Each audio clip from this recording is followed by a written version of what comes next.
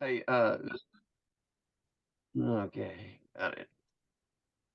Um, Today I want to start, I want to ask a question that always comes up when we talk about a discipleship group. And this is a kind of a controversial, it's kind of a controversial subject, especially in all the material that I use for my research. And I've taken a position on it that I think is probably a little different than probably the majority of some of the books. Uh, so you can decide on your own. I'm not pressing you into what I'm saying. I'm going to give you some justifications for why I took a little bit different position and developed this study um, in a little different way. But the question is, somebody's going to ask, well, what about evangelism? What about evangelism? Um, it was really interesting to me as I was trying to answer that question. And I don't know, there he is. And hang on a minute. And I don't know, uh, good morning, afternoon. Um, I don't know if what I'm going to tell you is exactly right. You can correct me. Um,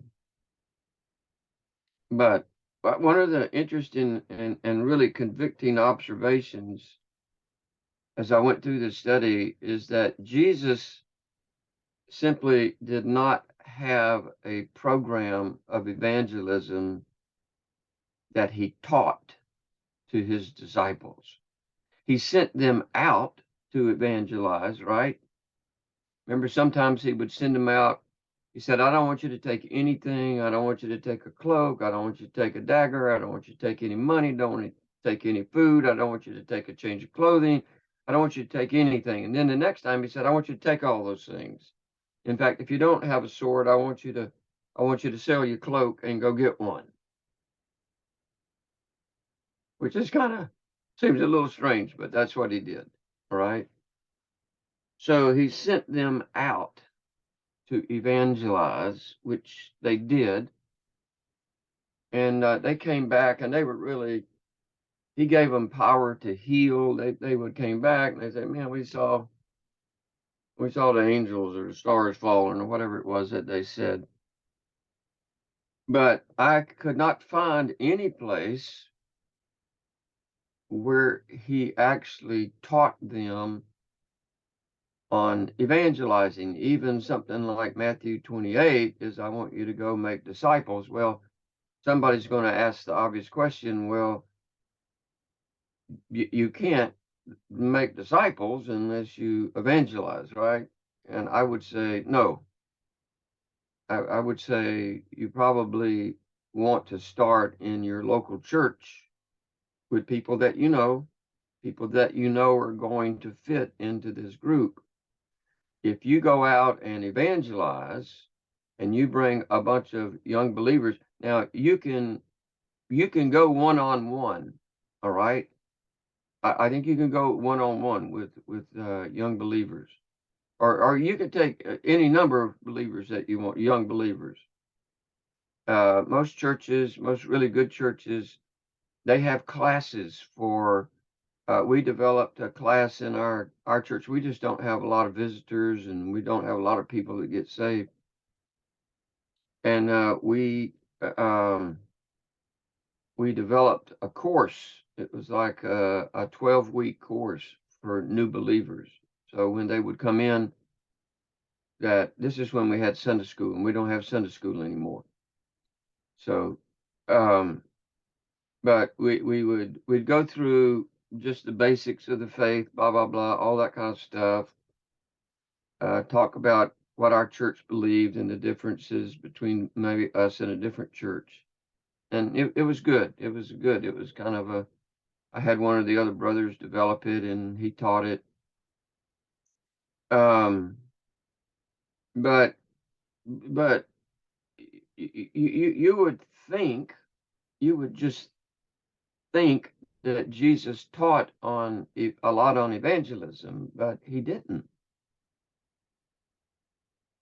You know, and I'm studying through this, and I'm reading some of the literature I had, and I'm just kind of shaking my head like, isn't this a really big issue? This idea of evangelizing, and you're giving gifts to the church, you know, evangelists, prophets, pastor, teachers, uh, you know, um, and but I just could not find any places. There were certainly places where Jesus evangelized, right?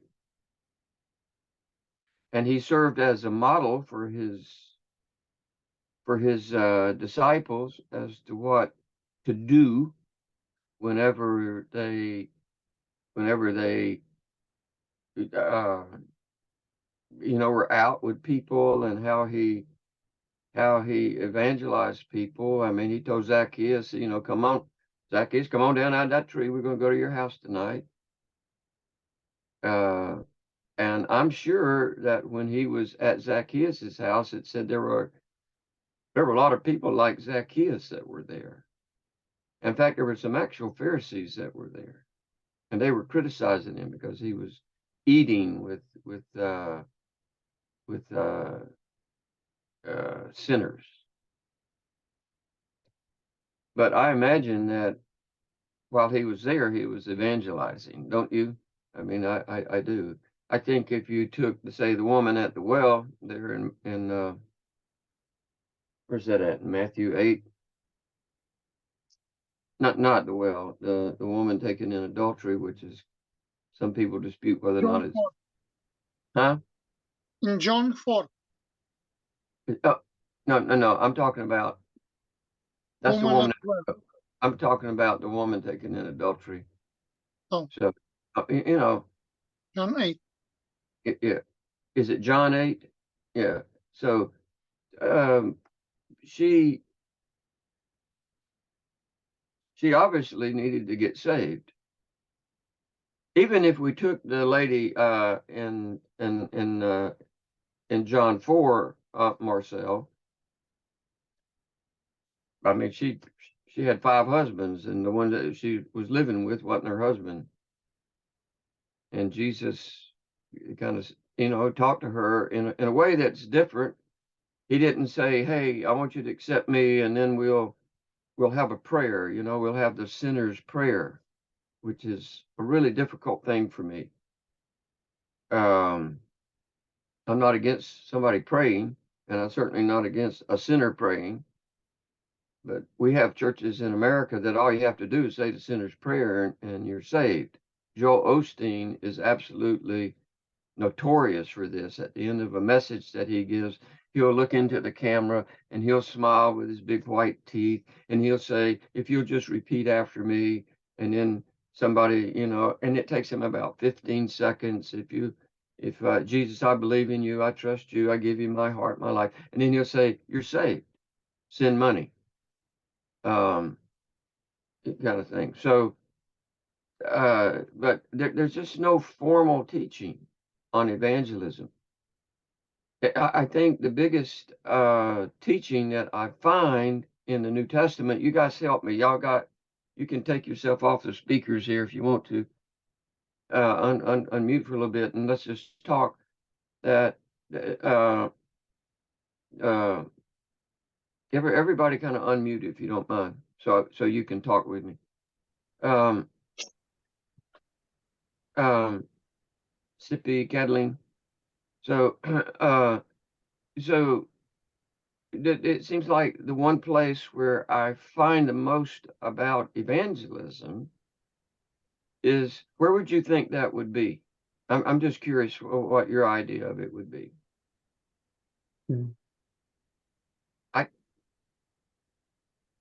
I find it in the book Acts, in the book of Acts, in the historical narrative, and how the apostles went out, how they ministered to people, how they you know, how they preached, you know, what Paul did at, where was it in, where he went, what was the city that he went to where he talked about the unknown God, Athens. that Athens, and I mean, he was evangelizing. And then he would hear that somebody was meeting down at the river, and he would go down to the river, right? And he would meet them at the river.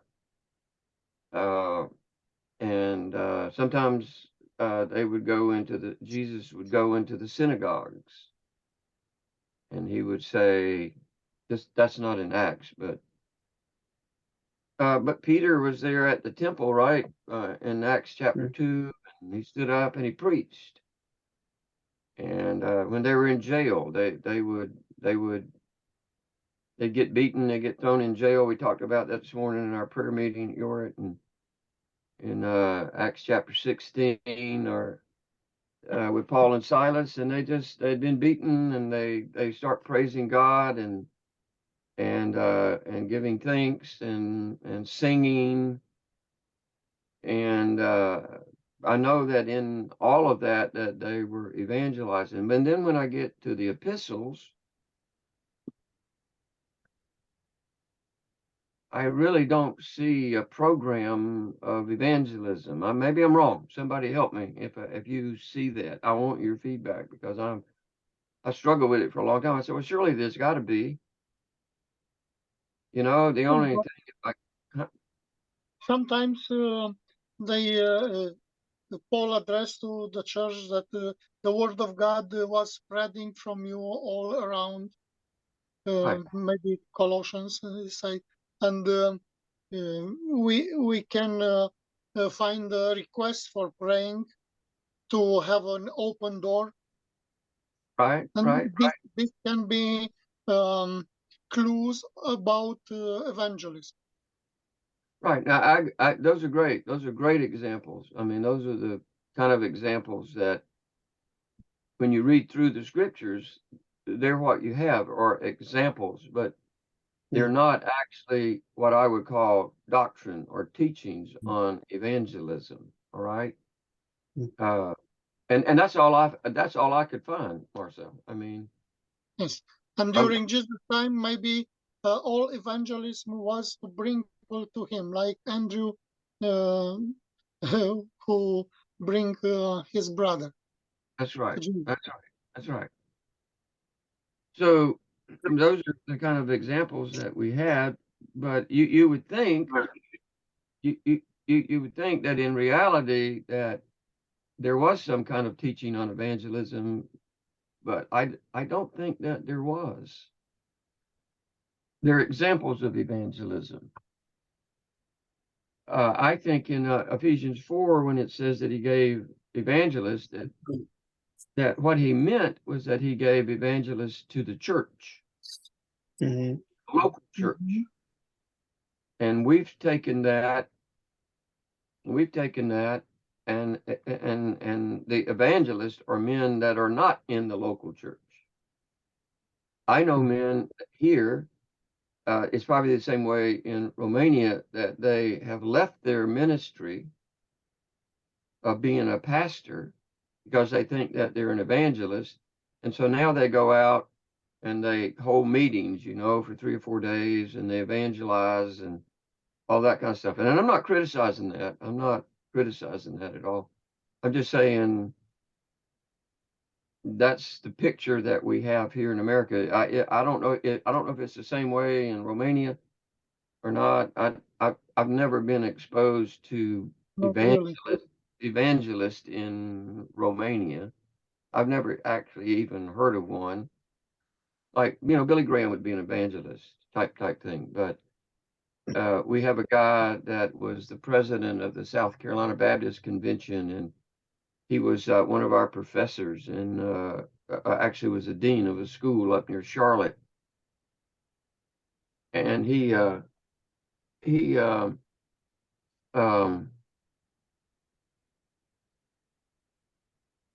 what is that noise?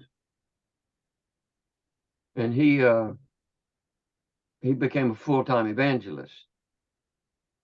And so now he's advertising, I'm going to be at such and such a church on such and such a day, you know, week or whatever. And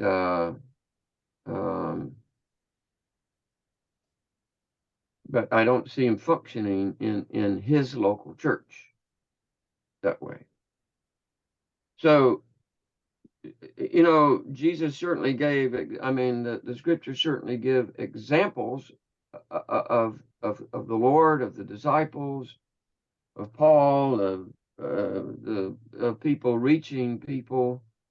reaching out and evangelizing, but there's no particular passage of scripture where Jesus specifically focused on evangelism. So what the problem is, and I want to say this, I mean, I'm driving to a point, is that what's happened in many of the books that I've read is that they have made evangelism to be the primary focus of the discipleship group, right? It's the way that you multiply. Now, I want to say that I disagree with that, right? I'm going to say that up front, and you can adjust it if you don't agree with me, which is fine. But you need to think through it because there's a difference about what's happening. You can call it disciple making.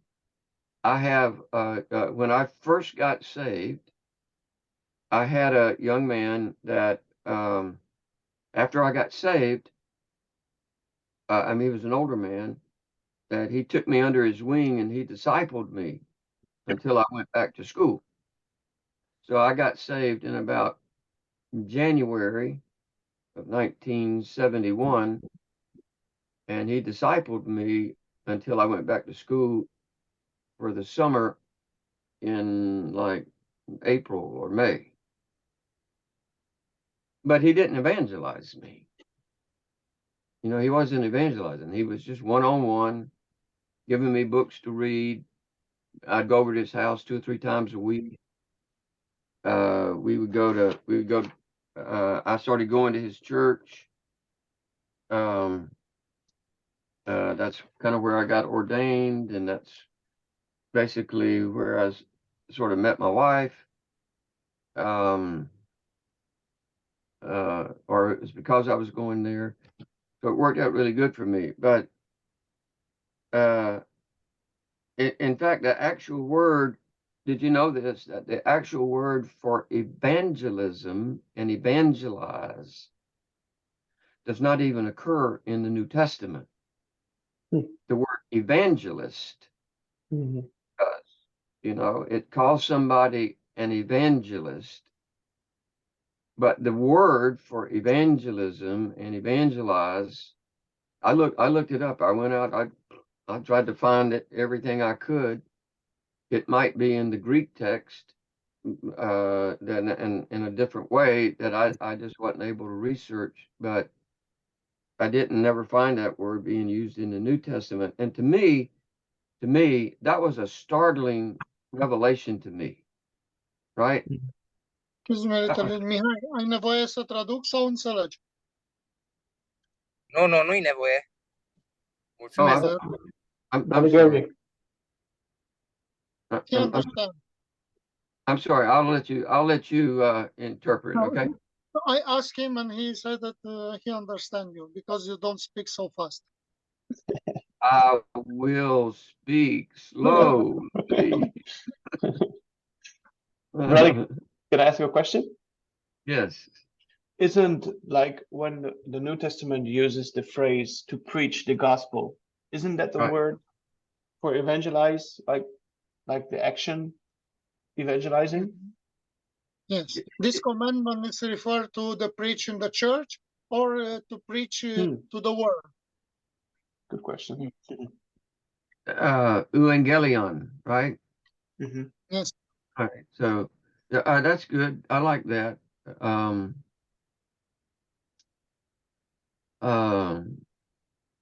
It's the good news, right? That's what it actually means. It means the good news. it's not if you use the word gospel, it's evangelion. Everybody help me. I'm. Mhm. Evangelion.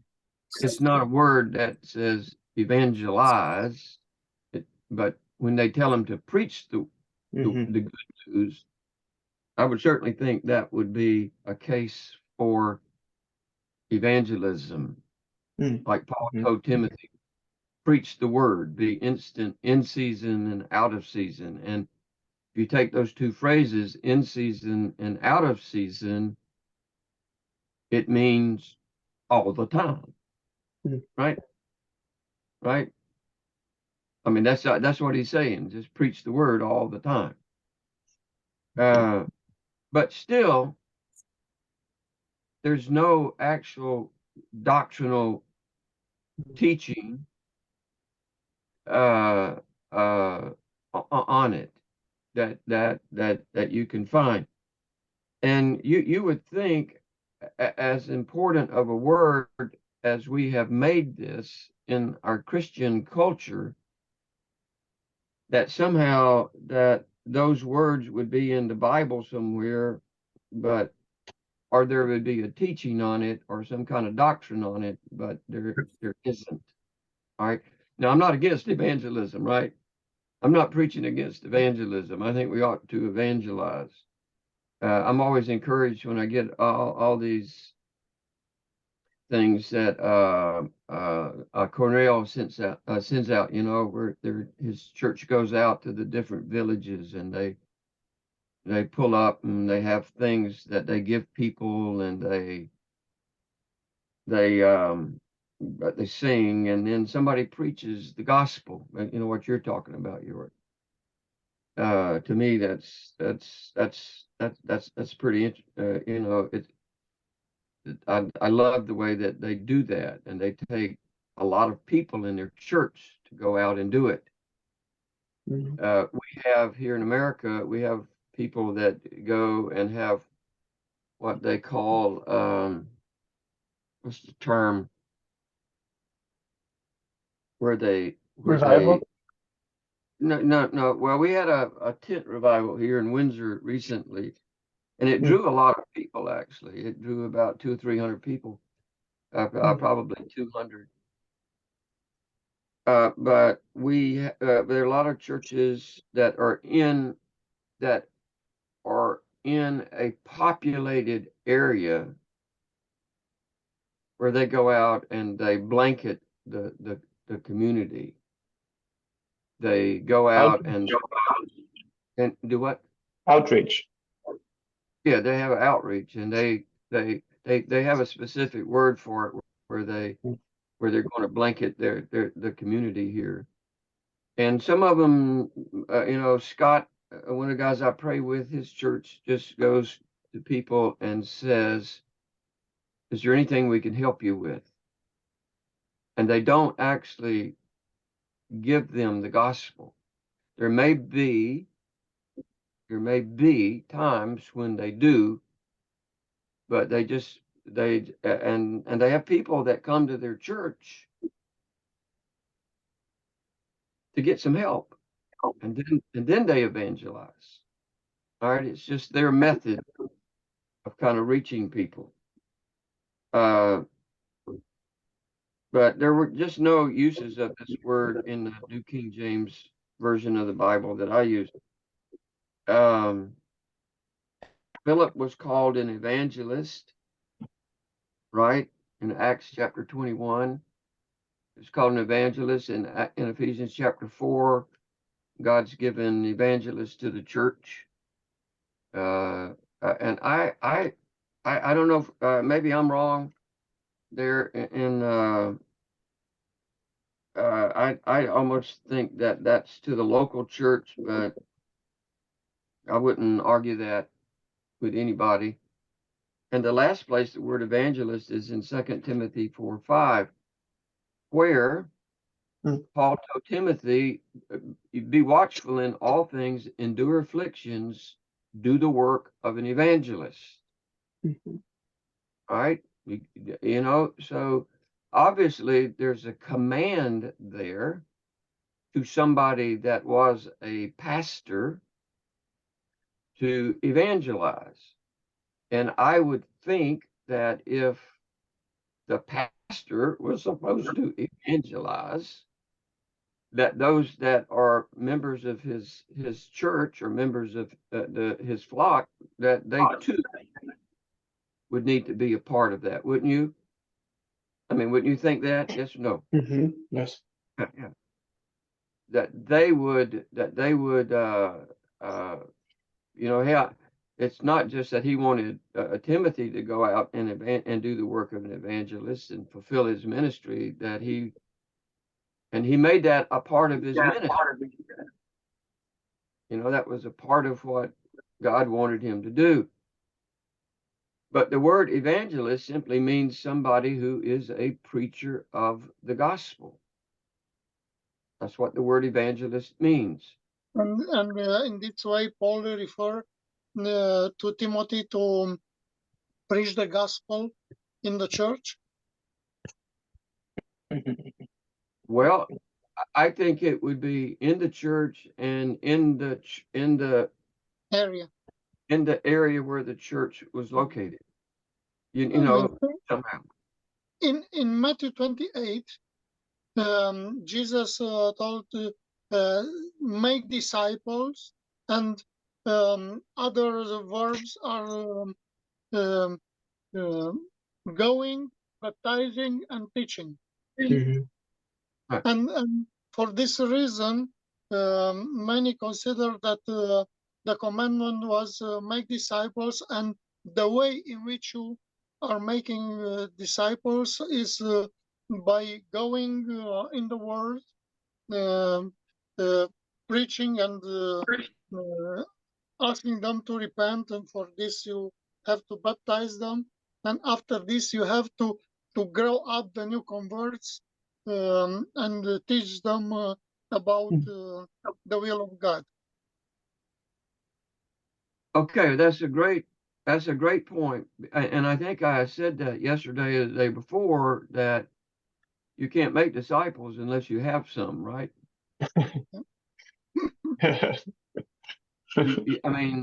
I mean, you can't make disciples of unbelievers, and that's the point that we're going to make. That's the point that we're going to make. Is that somebody has to be saved before they can actually even become a disciple.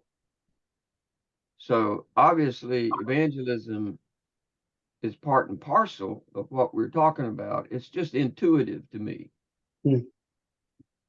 that you have to have, but you don't want, and this is where we're headed, is that you don't want the discipleship group to turn into an evangelism group. And there are reasons for that, right? Because of the confidentiality type things that we've been talking about, the three areas that we've addressed here. And the accountability, those kind of things. So I'm going to tell you a little bit later on that I think what you ought to do is that if you go out and evangelize, that what your church ought to do, all right, is to separate those people out and to feed them separately from the discipleship group until you believe that they're able to enter into a discipleship group. All right. You don't have to agree with that. I don't really understand. So you mean like after people come to faith, you give them like a pre-discipleship group, or yeah, that's a good way to say it. That it's in other words, I think it would be really difficult, and we'll talk about this. This is what I want to talk about. That's why I said this is a little controversial. Is that I don't think that you want to bring somebody into a discipleship group that's not a mature believer, that you haven't been able to watch to see whether or not they're going to be faithful, or whether or not they love their wife, or whether or not they are committed, or whether or not they even read their Bible or any of that. But how can they become a mature believer if they are not discipled? Or you mean that they first have to be discipled one-on-one, or? You can disciple them in let's use different words, okay? Mhm. I want to say that discipleship is for people that you can trust to go out and disciple other people. All right. Evangelism is going to bring you young believers in that still have a long way to go before that can actually happen. I never could have discipled somebody else a year after I had been saved. Mhm. I just could not have done it. I didn't know enough. I couldn't have. I'd given everybody the wrong answers. I would have given everybody the wrong direction, all of that kind of stuff. So I needed somebody to go one-on-one with me, or to be in a group. I remember after I got saved, and I made a decision that I was going to go to the seminary. The church that I was at asked me to preach a sermon. And so I did. It lasted 15 minutes. I preached on the Lord's Prayer. In 15 minutes, I was done. I had exploded every bit of info. I'd given them every bit of information that I knew. I didn't have a library of books. I didn't have a foundation. So I'm saying that the church needs to take them in separately from the discipleship group. You can call it discipling, but I'm talking about something different. I'm talking about making disciples that make disciples. Mhm. And I think you have to have somebody that's mature to be able to do that. For instance, Short, I think that you could easily have a group. I have a group. Right? Right. I think that Yeah. you can make disciples that are going to make other disciples. I mean, I asked Marcel, I mean, how long you been a pastor? 38 years or something. I mean, how long you been saved? And he's got to be mature enough to go out and make disciples, right? Sir, I think that it's kind of confusion here.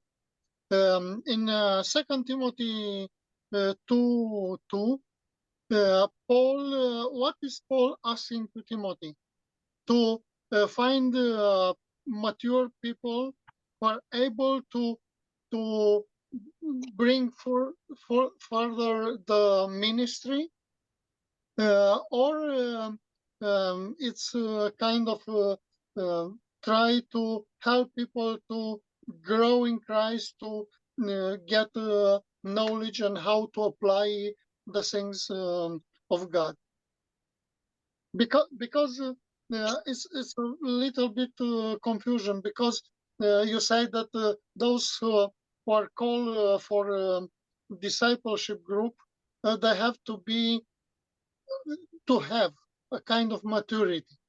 This means that you expect from them to be able to serve the Lord into a kind of position, or only to grow personal spiritual.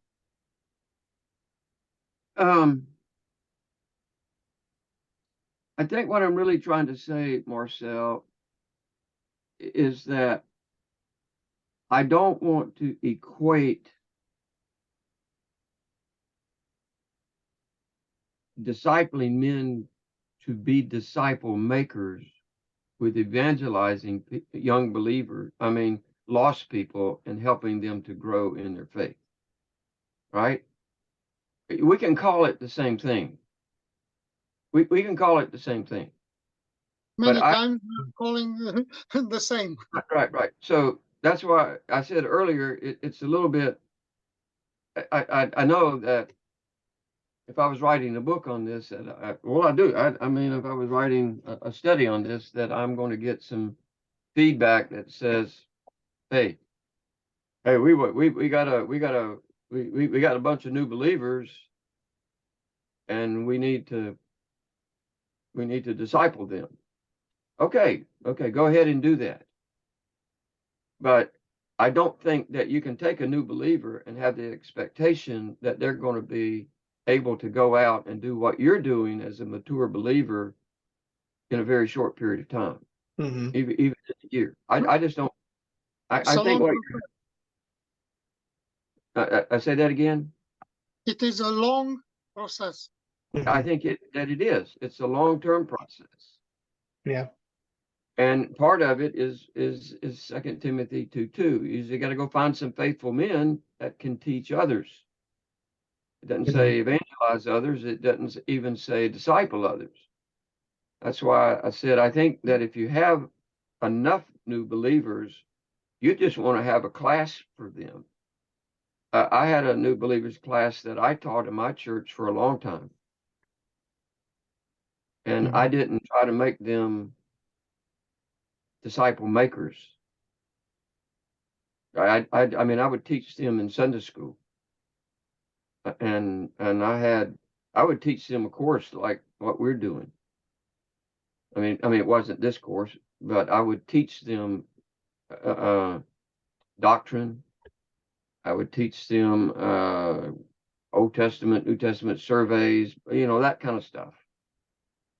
I would answer their questions. But I can tell you that at the end of a year, none of them were prepared to go out and start their own group. In fact, they would actually could, if I can say it this way, just bear with me, that they easily could have been detrimental to the ministry of the church. But sir, isn't that then not just proof, or I don't know, proof that they need more discipling, right? Like the discipleship process has not yet finished. That they are not yet mature Christians, right? Right. If you wanted to take them, you'd probably have to spend about 3 years with them, I think. I think you would have to spend 3 years to know if they're going to be faithful, to know if they're going to be committed. You don't want young believers going out teaching lost people. Can you remember when you first got saved and all the ideas that you had and all the doctrines that you believed in, and Jesus was going to come back in the year 1988 or something, and 40 years from Israel, and it just goes on and on and on. I would never have been able to effectively disciple anybody. And I'm just saying there's a difference between you as a teacher taking people that get saved or people that you have saved and what we'll call discipling, and what I'm calling a discipleship maker group, right?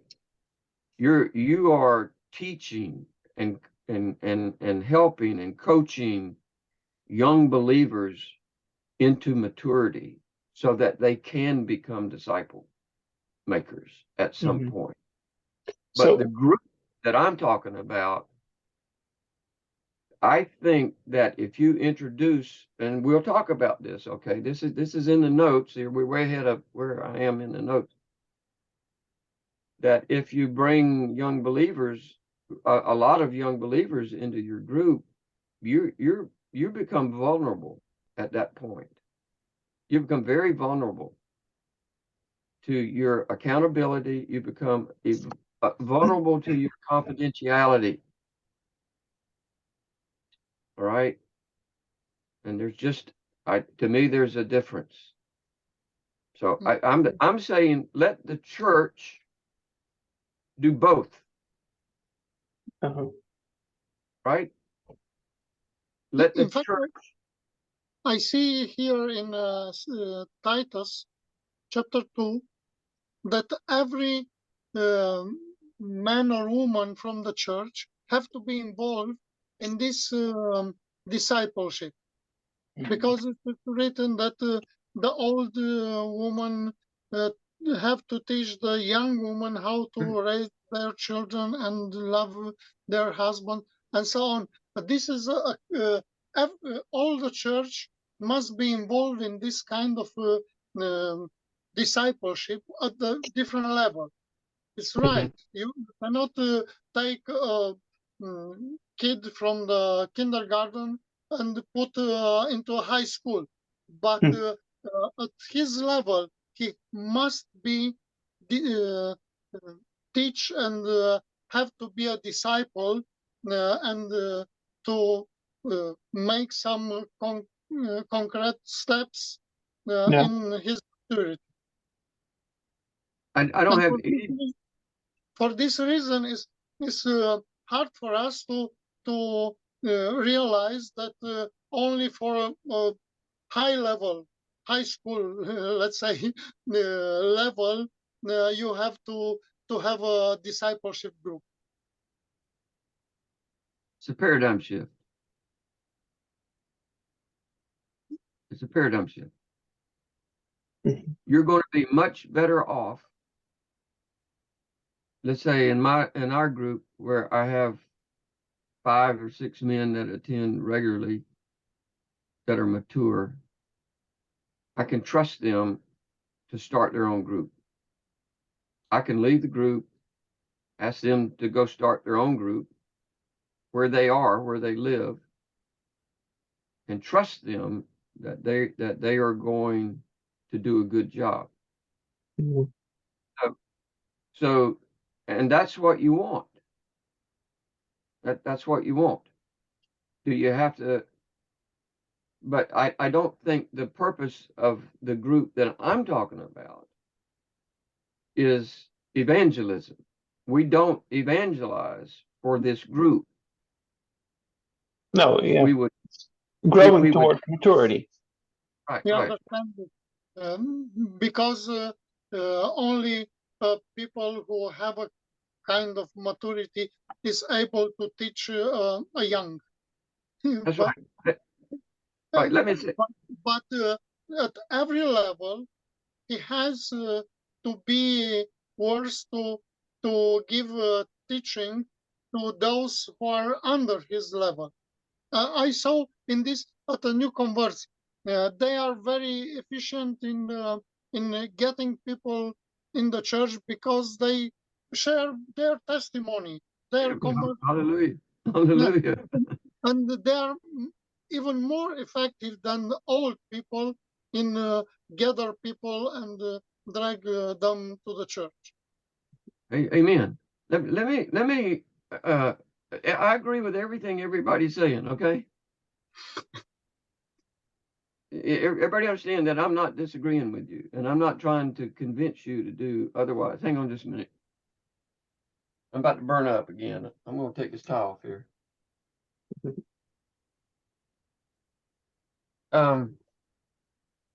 Let's just say, Marcel, we'll say it because we're the pastors here, all right? Yeah. I don't want a new believer preaching at my church every Sunday. It is normal. You cannot give the teaching Right. or doctrine to the older. I don't even want him leading a Sunday school class. But they can evangelize. They can do that. Outside the church. Yeah. They probably should do that, probably will do that if they really got saved. I evangelized all the time when I got saved. I mean, we'd go into bars. We created a coffee house downtown where we reached people. We just evangelized constantly. This was after I had come back from the seminary, actually. Right after I got saved, I had somebody that mentored me because I was so stupid. So for me, let's just take a real life scenario. Let's just say there's 1, 2, 3, 4, 5, 6, 7, 8 of us, and somebody got saved in our church, in every one of our churches, and we had 8 new believers, you wouldn't want to bring them into the discipleship group. You would want to go and mentor them in their faith. You would want to teach them. All right. And then as they grow in their faith, and you believe that they're able to lead a group, you know, it's like the idea where Paul said, you don't lay hands on anybody quickly. And I certainly don't believe that you give new believers teaching responsibilities. You can give them testimony responsibilities. You can take them out with you to evangelize, and they'll probably do a better job than you do. You know, I always love being around a new believer. I mean, they, you know, one that really got saved and is excited about their faith.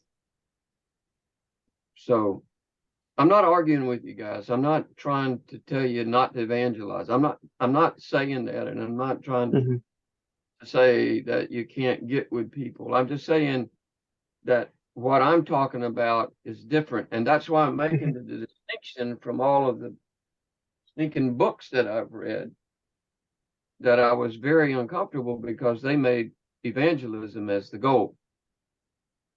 And Jesus said, I want you to make disciples.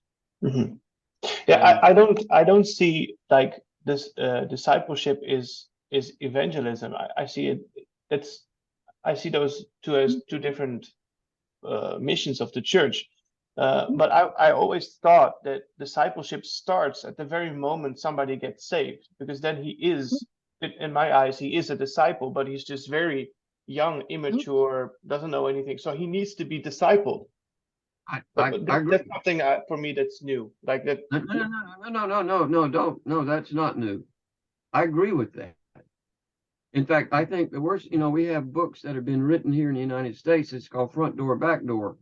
You know, that have that kind of title, that you win somebody to Christ and they just come to church and you don't really disciple them, if that's the right term. And it is within 8 weeks. Within 8 weeks, they're out the back door and they don't come back. Because that was the problem that Eddie and I had in, say, Zimbabwe, is that we would go out and evangelize. We'd take teams and we would, you know, we led literally hundreds of people to Christ. I mean, literally. People that would pray, they'd come listen to the Bible studies, and then we would leave.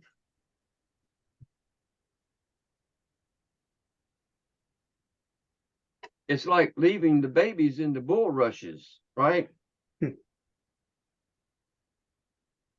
There was nobody there to help them. And so we changed all of that in the extension that we had there. We changed the direction of that so that we trained men to come pastor those people.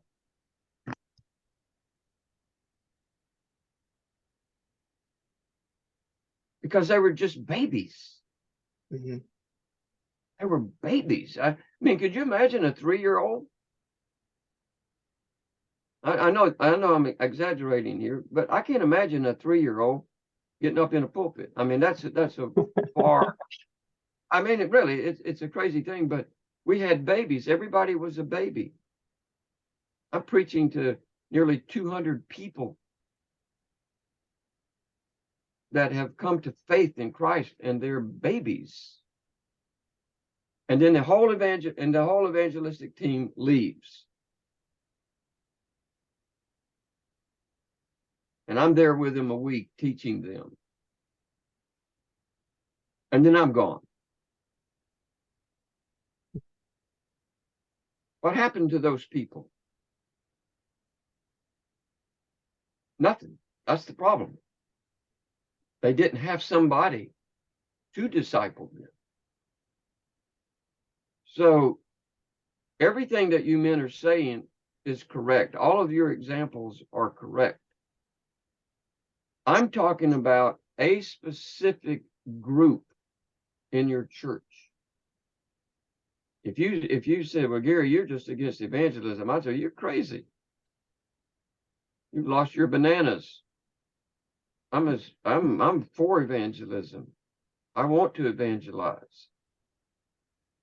But I want to make disciples in a different way than just evangelizing and bring a bunch of young believers in. I want to grow the believers first and then help them to become disciple makers. If you have that kind of program, I think in a program, I don't know if that's the right word, if you have that kind of direction in your church, I think it becomes much easier to have men that will mature quickly and become real disciple makers. All right. Where they can go out and do what you do. Can you tell us what was the procedure in the first in primary church? Because they evangelize into a city and have to move to another city because of the rage of the people there, and a few converts remain behind them, and how they form leaders and prepare. But there was no New Testament church like we know it. You know, they had buildings. They met down at the river. They might meet in the synagogues and still or whatever. But my understanding, Marcel, and you may know more about it than I do, is that the early church had prophets. And those prophets were people that went around from church to church, that they would take the teaching of the apostles and they would go around to the different churches that were being created in Asia Minor and different places. And it wasn't like there were thousands of people in a city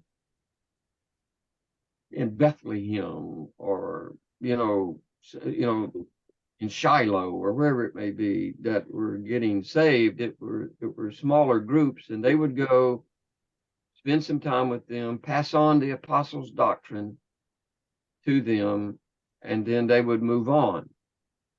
And then when Paul would come back around later after he got saved, he would go in, he'd spend time with them, and he would just appoint elders and say, this, I want you to do this. So the church had to develop. They didn't have deacons. I don't even think they had elders. I mean, Paul would appoint them, but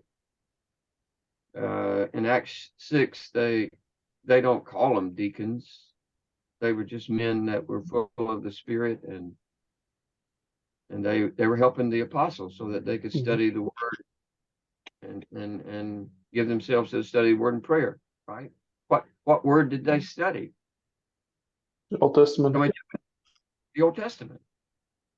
And in this way, you suppose that those who were their former leaders were people who came from a Jewish background, and they knew the scriptures and so on?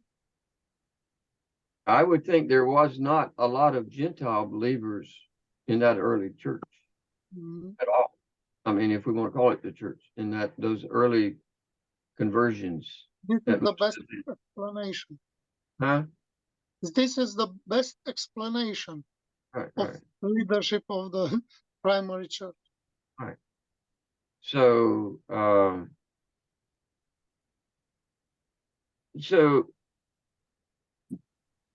so my question is, and we're going to stop here. This thing is going to go off. Let's just stop right now. Take a 10-minute break. God help me. Lord help me, No, this is great. Two rows. No, I like this teaching better. I like the feedback because it helps me. And so maybe my wife's cooked breakfast for me already. Paulo, just for your you can take, everybody take your sippy, you and Willie get off so that you can talk with me, okay? Yeah, Right. but I have my family around and they are, you know, Okay. I don't want Also, to. every movement, if I move a little bit, will appear on camera on noise. So maybe it's not the best if I keep. Yeah, All right. but I can speak anyway. I can speak if it's no problem. Even it's stopped, I will start the microphone. All right. I want you to enter into the conversation, right? I want us to have dialogue and Yeah. discussion. All right. So I know that as I go through this, just based on that last hour, that we will have a lot, but I still have a lot to say, and I'm not going to get through with this section today at all. And I'm going to teach on it next week. I'm going to finish up next week on this, and then we'll go to some other sections. So what we know is that Jesus did not actually have a formal program of evangelism, right? But he did have a formal program of disciple making, right? Everybody agree with that? Maybe he did have. Maybe he was constantly evangelizing and constantly discipling at the same time, but he limited the number of men that he was discipling to just a few, right? Men that he selected, men that he felt like he wanted to grow, men that he took the time with, men that he taught. They had discussions, they asked questions, he trusted them, he sent them out, right? He sent them out to evangelize. Yes, Marcel. What you can say about Judas? Because he was immature, he didn't achieve what Jesus intended for them, and so on. And he didn't put him aside or ask him to leave their group. Also related with Judas, a good question is how it was when all the disciples was out to take out the demons and to do all these miracles, and we don't see that Judas didn't do this. Even he wasn't a real disciple, but wasn't the difference between them? Man, I do not have an answer for that. All I can say is I feel real sorry for Judas, right? Could you imagine walking with Jesus for 3 years?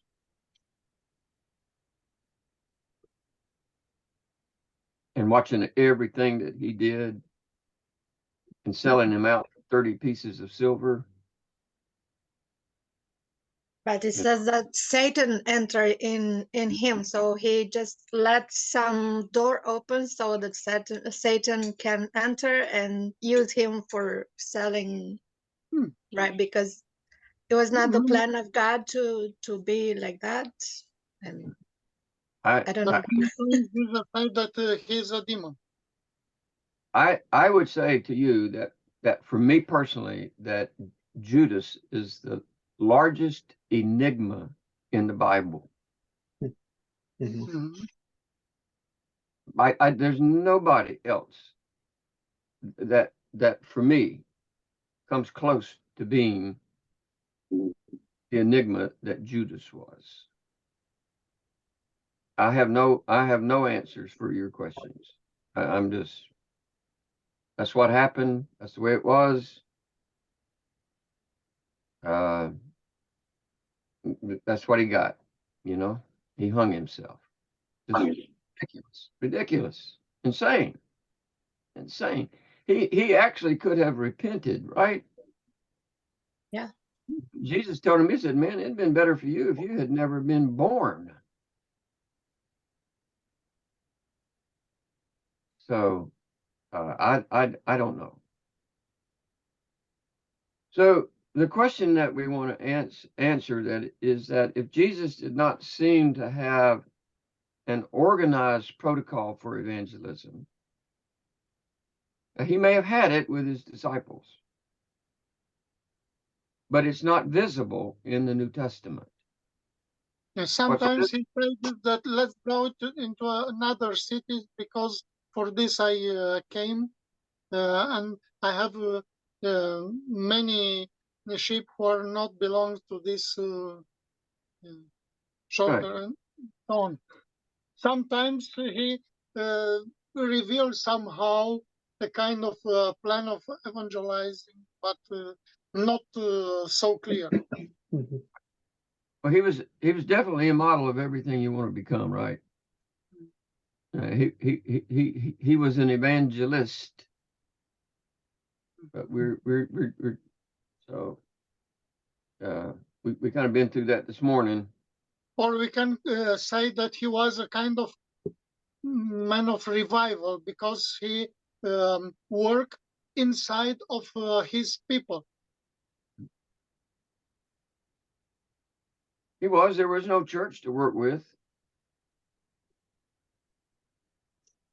and the synagogues rejected him, and religious people rejected him. There was no church here. There was no church at this time. No church, but he tried to revive the Israel. People weren't even indwelt by the Holy Spirit. You know, the Spirit may have come upon them and been with them, but he did not indwell them. So there are a lot of factors there, but those are not the issues that I think that we're really dealing with here. So it seems to me, you can disagree with me, please disagree if you want to. It seemed that Jesus's method was that he discipled his disciples so that they could make other disciples, right? I think that Paul probably became the greatest disciple of all. And he certainly made disciples. Do you know how long, does everybody remember how long that Paul discipled Timothy? 15 years. 15 years. 15 years. It's a lifetime. Yeah. Until his death. 15 years. But he put him into the most difficult church in the New Testament in Asia Minor. He put him into Ephesus, filled with prostitutes. There was wealth. There was the Temple of Diana, blah, blah, blah. It went on and on and on. There were false teachers. And he didn't just throw him into I say that again? Magic works. Right. Yeah. Soothsayers. Yes. All of that kind of stuff. So Jesus's program, his ultimate program, was to make disciples who would go and make other disciples who would go and make other disciples. It was more than evangelism, and that's what we're sort of driving at. That's what we've been driving at all week in this study. Paula, we're on page 9. Yeah, yesterday I couldn't. No. We're on page 9, and this Okay. is the only thing we've talked about all week. We're on page 9. We're just starting page 9. For 3 days, we've spent talking 8 pages of notes. Actually, it was 7 pages because we started today on page 8. We've had long discussions about this. Now, I want to say something, and you can, please adjust what, if you disagree with me. But I think that what's happened, and maybe this is not the right way to say it, but I think that what's happened in the church, especially the church where I live, is that the church has made addition the preferred method of growing. Right? But I think that Jesus made the preferred method of growing as multiplication. Mm-hmm. You take your life and you use it to multiply. That's why in a short period of time, maybe by the next time that Yorick comes along, the next discipleship group that we go to Yorick will not have any of the men in it that are in it now. All right? All right? Because I don't want them to just, this is not just some little Bible study that we're having every day, every Saturday morning. And so multiplication is very different than addition, right? 2 + 2 = 4, you know, or let's just say 3 + 3 = 6, but 3 × 3 = 9. You know, 6 + 6 = 12, but 6 × 6 = 36. So maybe I'm cutting, you know, I'm splitting hairs on that, and I don't mean to be doing that. But the worst part of all of this is that the average church where I live, all right, and I'm assuming that it's the same where you are, is that the average church where I live does not have a program for discipling people. Here's what they'll have. They'll have a new members class. They'll have a new members class, but not a formal discipleship program where they have mature believers that are working with. Remember I told you that the problem I had with some of the discipleship groups, everybody listen carefully, is that I can go into a place like, it's, say, Panera Bread. It's a restaurant, and it has Wi-Fi, and it has salads and breads and sandwiches, and that's kind of what it has. And it's not a fast food place. They have a good organic food to eat. They give soups and stuff like that. And I can go in there almost, if I went in there this week, or if I go in there next week sometime, there's a good chance, if I go in there at the right time, that there's going to be a group of older men that are, when I say older, I'm just saying more mature men, not teenagers and people that are 21 and 22, because they can come in there at that time. I mean, they're like me. I can go there during the day. I can eat lunch there during the day. Sippy could eat lunch there during the day. Yorick could eat lunch during the day. And they have their Bibles open, but they also have books open. And so they're going through a book. They're studying a book of some nature, whatever that book is. I don't know what it is. It might be a book on discipling, right? Or making disciples. But so what is the problem with that group? Somebody tell me, what's the problem with the group in that setting? Is it wrong to study the Bible? Yes or no? No. But you're surrounded by people like me and people sitting, you know, to get a group of 8 men there at a table with their Bibles open, and then you have all kinds of other people sitting around them. What's missing? I mean, what can they not do? It's kind of distraction and not intimacy.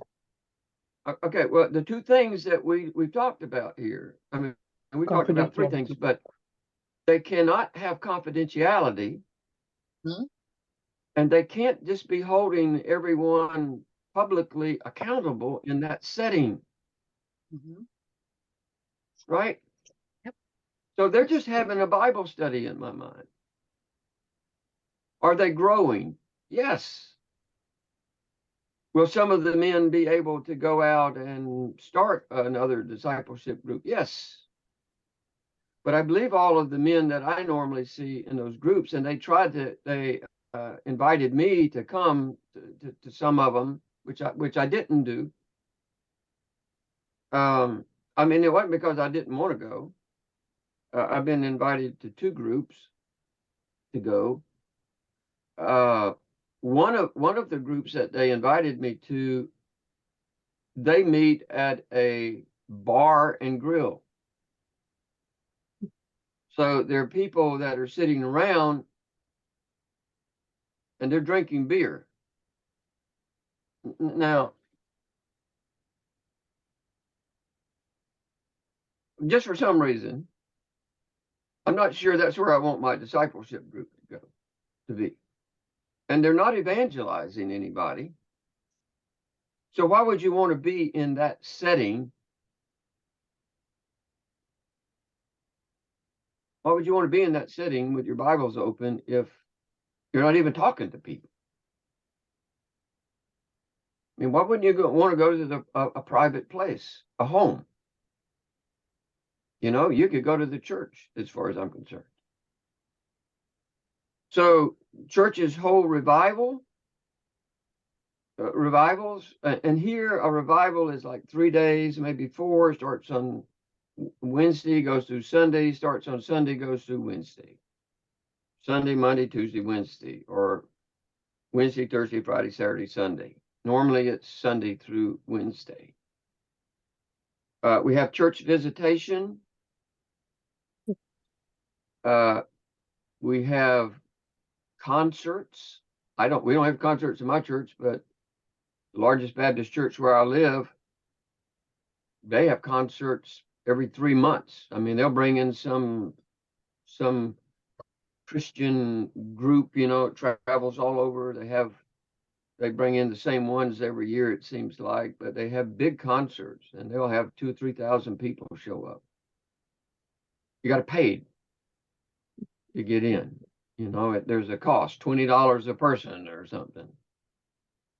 But that's not evangelism. That's just entertainment. It's like going to the movies, right? Going to a Christian movie and you got to pay $15 to go to it. But even if people do come to Christ through that, it's just by addition. It's not by multiplication. So no matter what you call it, you certainly wouldn't call it discipleship. That's the point in all of this. So you have to think about this for a moment. Normally, in America, I think it probably is a little different in Romania. Y'all help me if it's different than what I'm saying. But in America, the problem that we have is that our pastors move around all the time. They go from church to church to church. I think that Marcel has been pastoring his church, the same churches, ever since I've known him for 17 or 18 years, right? 29 years. How many? 29. 29. I've been a pastor at my church for 28. So, and I'm not going anywhere else. I'm going to die in my church, you know. Hopefully, not anytime soon, but you know. But I don't move. I'm not moving around. But if you were to ask me, if you were to know what the average stay of a pastor was in a Baptist church in America, it's less than 2.5 years. It's in some places it's less than 2 years. The church locally here, the Baptist church locally, where in this community that I live in, they had 5 pastors in 7 years. They don't get to know people in the church. There's no way to be a disciple maker. Yeah. If you're moving around from church to church to church, it's just not possible to be able to do that. And so every time that they move into a new church setting, what's happened is that they have They have inherited a church culture that's already there. Right? So what we want to do is to create a certain church culture. But if you know that you're going to be moving around a lot, which you shouldn't be, I don't think. If you are a pastor, then in reality, you have no foundation. You're just building on quicksand. You don't have a foundation to build on. You don't even know people that are in your church. You don't know. You don't know somebody. Listen, I've been in churches. I was in a church for 8 years before I went to the church that I pastor now, and they had deacons that I didn't even know that I wasn't even comfortable that they were saved. You know, because they elected deacons every 2 or 3 years, and they would rotate on, they'd rotate off. And so then you'd go around, you start electing somebody, and it became a popularity contest. You know, it wasn't based on qualifications. It was based on popularity in the church. And so that if you're moving around and if you have that mentality, I can assure you that it's not going to be conducive to what we're talking about. So here's what I'm saying. Let's just bear with me a minute. If I went out and was asked to teach on discipleship in, say, the 75 churches that are in the association that I'm a part of, I would say that 80% of those churches, maybe 85% of those churches, will not have their pastors there 3 years after I've taught on that. All right. If I were to go in and do a teaching on that. So they cannot create a culture of discipleship in that setting.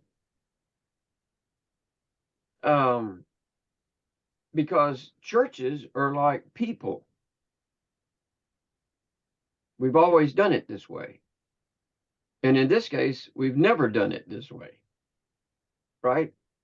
How many churches do you know in Romania that have really strong discipleship groups? Okay, even if we want to call them new believer groups, you know, I mean, how many churches do you know that really that are set up for that? I think the answer is probably, I think probably not many. Now, Paula, you may, I don't know what y'all do, but you probably are the exception. Yeah, probably. You know, because y'all do a lot of evangelizing, and probably you're sending people back into those villages that you go to actually help people and disciple people, if we can use that term. So even if that pastor wants to implement a program of discipleship into the existing church culture that he's going to, if he's not going to be there long, there's nothing meaningful that's going to happen. Right? Yeah. It's not going to happen. You can't. What we're talking about, the kind of discipleship ministry that we're talking about, takes years, I think, a minimum of 3 years to develop. So that the men that you're training, the men that you are, that have confidentiality, that have accountability. What was the third term? Intimacy. Intimacy. The intimacy that has to be developed so that you can have accountability and confidentiality. You can't develop, if you're going to be gone, you can't do it. You can't do it. It's a long-term process. It has to be. It has to be. So, I mean, it could take, I would say that for a young pastor that was, actually came into a new church, and he actually wanted to start the kind of discipleship group that we're talking about, that he could not do it immediately. Why? Because the existing culture of the church is not set up for it. Now, in my church, or someone like Marcel that's been there 29 years or 28 years, when we started the discipleship group, it was just, to me, it was just normal. It was just normal. We didn't have any trouble starting it because we started with the mature believers, right? We didn't go out and get new believers and bring them in. We started with mature believers. And I push in the group to them individually as well as corporately that if new believers come into our church, which we don't have many of, unfortunately, but if they do, you can take them under your wing. You should take them under your wing. We have a couple that a couple been going to our church for over a year and a half, something like that, and they're incredible. They are amazing, and they have a Jort, I don't think that you met them because they were in Canada, right? Mm-hmm. And they have a group that they meet with the young people, and a lot of young people that don't come to our church, that don't even live in Aiken, the town, that are some of them, they aren't saved, and they call it pizza and Proverbs. So on Friday nights, it's not every Friday night, but on their scheduled Friday nights, she makes the pizza, and then they have Bible study, and they're studying in Proverbs. And they honestly are growing these young people into hopefully mature believers. They do such a great job. I've gone over there. My wife and I have babysat for them. They have 2 young children. She's pregnant again. We go babysit for them. When they need it, they'll ask other people to do it, and we get to sit in and watch what they do, and it's powerful. It's just really, really powerful to watch 2 people that care about these young people minister to them, how they handle them, how they talk about issues, how they talk about faith. The games that they play are really so much fun. They're just, it's crazy to me how they minister to them. And then those same kids, a lot of those same kids meet on Sunday night at what we call Awana. So it's almost like the young kids, the younger children are getting more discipling, if we will call it that. I don't know a better word, than the older people who just listen to me. So some pastors move around so often, it's difficult for their churches to even accept their leadership. Well, why would they? Why would they if they know, especially in a small church setting, if they know that in the next 2 to 3 years, which is the average, that their pastor is going to be gone? Yeah. I asked my church one time, I said, what's the longest? My church has been in existence for about 120 years. It's an old church. And I said, to the best of your knowledge, what is the longest that anybody stayed at this church as a pastor? And the answer was 7 years. And they have one guy that did that. Wow. One guy that did that. And when I told them I wasn't leaving, they didn't believe me, right? So I've multiplied that times 4, right? And now they can't get rid of me. Now they believe you. And now I've made them believers, Paula. So they No, believe me now. And so if they don't think that you're going to stay there, the problem is they don't want to get started in some program, some new challenge that the pastor throws out there, because they're thinking, okay, he's going to get us started. We're going to do all this work, and bam, he's going to be gone. He's going to be gone before you know it. There's a guy that writes a lot of books about discipleship. His name is Robert Gallaty. I don't know if he's in the back of this. Hang on a minute, and I'll let you know. I think I may have put a couple of books. I've got 3 books by him.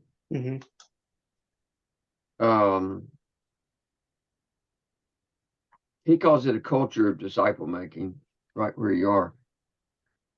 But he made this statement. He wrote this. He says, if you don't change the culture, new ideas will be short-lived, since old models, mindsets, and ministries are on autopilot. Man, I thought that was great. They're just the old ministries, is on autopilot. There's nobody wants to mess with it. The mindset is the same. They think that you're going to leave in 3 years. We're not going to just commit to all the new programs that you want, because nothing's going to be any different. Nothing's going to actually change here. You're like everybody else. And so that's a real challenge. That's why I said earlier, you've got to be there for a while before I think that you can even, you can go out and win new believers to Christ, and you can we'll call it disciple. You can disciple them, but you might not be able to make disciple makers early on.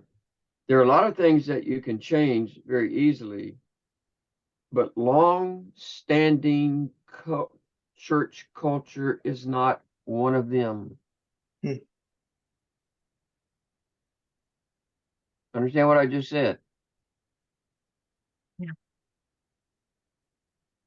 I wonder what it would be like for you to change the culture of men sitting on one side and women sitting on the other.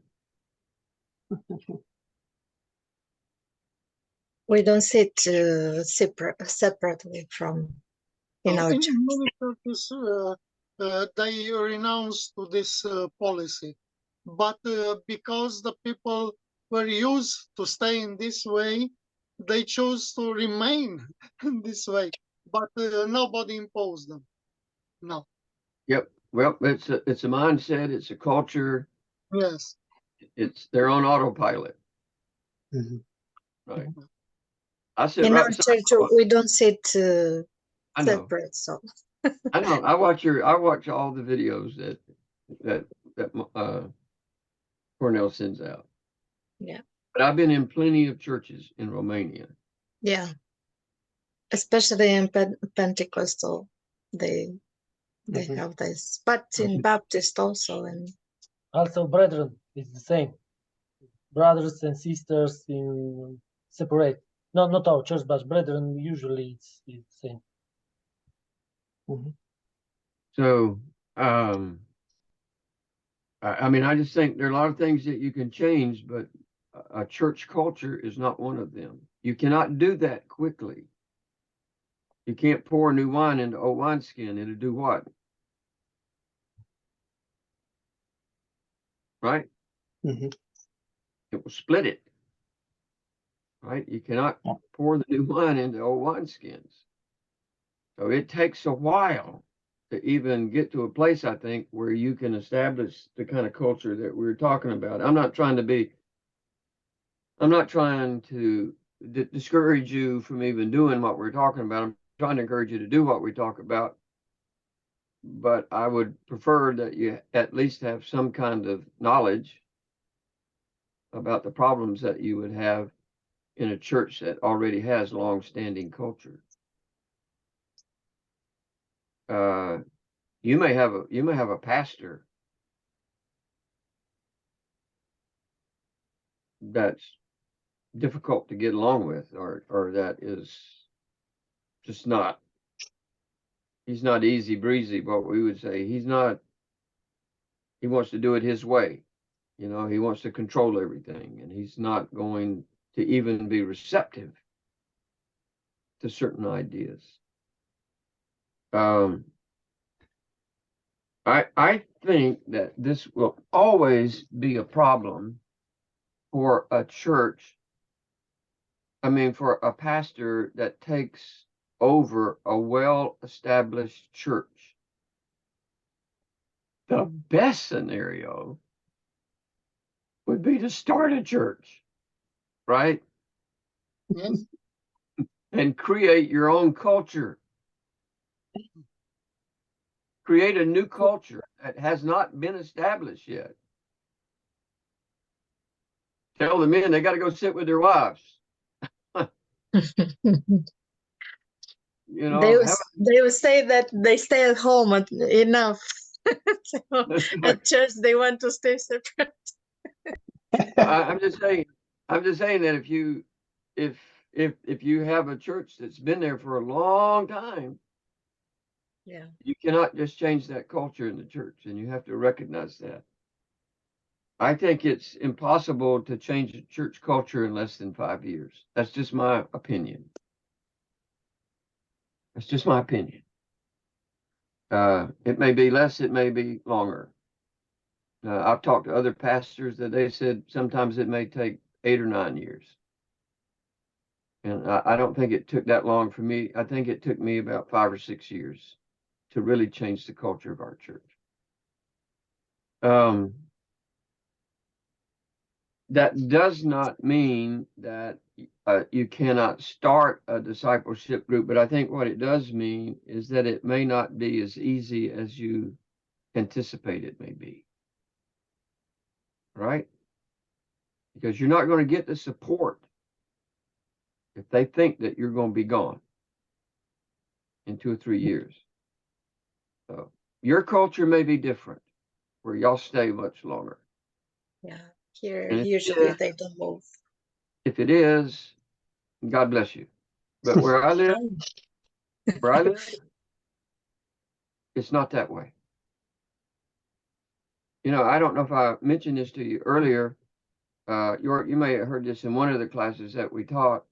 I think I mentioned this earlier, that the average seminary graduate, that 50% of men who graduate from the seminary and enter into a pastoral ministry drop out of the ministry within 5 years in America. Yeah. It's because of all of this stuff that we call old models, mindsets, ministries that are on autopilot. There is not a problem that the churches didn't realize what they need. For what reason they ask to come a pastor if they are not willing to obey or submit to him and allow him to teach them and so on. I think that it's a problem of the churches, not of the pastors. Or No, both. I think, well, I would say that it has to be both, because a lot of the pastors that come out of the seminary, 80% of the churches, the Baptist churches in America, it might be 85%, have less than 100 members. And they see all the big churches. They see all the multimedia churches. They see all of the, what we would call the satellite churches that are going up, and they want, that's the kind of ministry that they want. And so they go into their ministry with that mentality. And they use the small churches as stepping stones. Why do they do that? Because the small churches cannot adequately support them. If you have 100 members in a local Baptist church in America, you might only have 40% of them that show up on a Sunday morning. So your revenue stream is very small. You can't have any staff help. You can't pay for it. I mean, my church, I've been there for a long time, and they don't pay me hardly anything. I give most of it back to them. For 23, 24 years, at least 24, maybe 25 years, I gave it all back to them, so we could invest it in missions. Yeah. Even if they didn't pay me anything today, I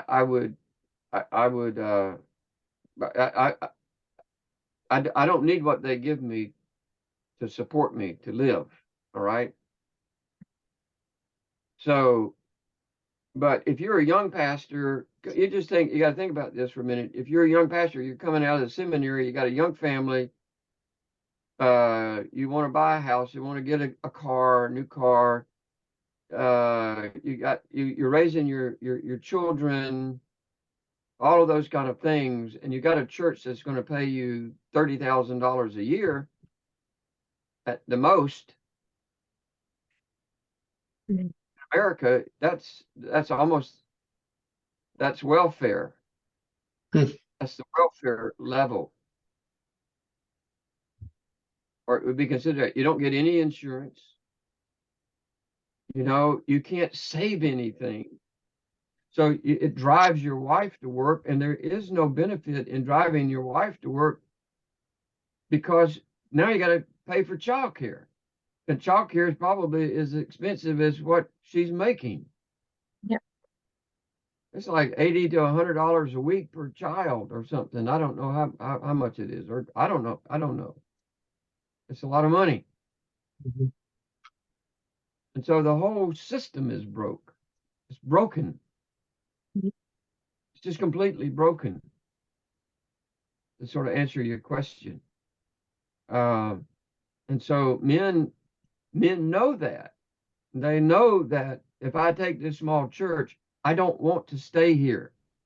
And the church knows that. See, I told my church when I took it, I told my church, they did not believe me. I'm just telling you, they did not believe me. I'll say it again. They did not. I told them, this is going to be the only church I ever pastored. This is my conviction. I'm going to live out my conviction. I'm going to stay here. For, ugly. I'm going to stay here. The only reason I'm going to leave is that you literally fire me and ask me to leave. And so nobody believed me. Why didn't they believe me? Somebody tell me. Because they didn't have that experience.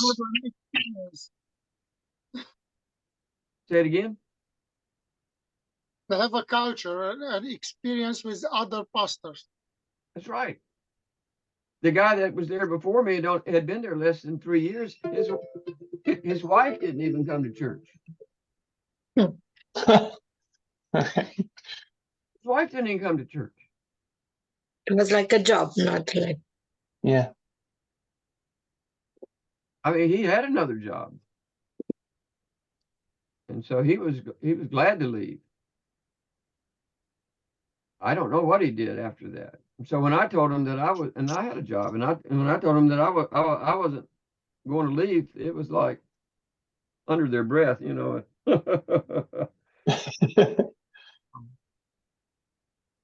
So the culture is, Marcel, to answer your question, the church culture is almost, what's the right word? It's almost self-destructing, because we don't have men that are committed to the flock. We don't have men that are willing to grow where they're planted. I can say it that way. So if they come in and they initiate new ideas, the possibility of that really taking root quickly is just, it's not going to happen. It will not happen. Even in well-established churches, bigger churches that have the resources, it's not going to happen. If you're a young pastor, or if you're a new pastor, there's just so much that you can initiate from what we called, what was it?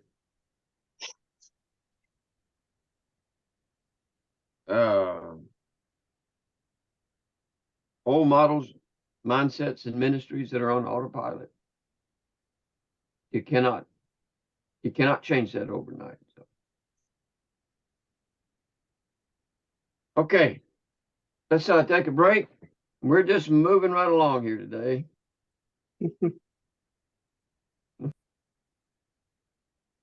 All right, now we're rolling. Everybody leave your microphones on so we can talk. All right. I want the feedback. I think it's good to talk like this.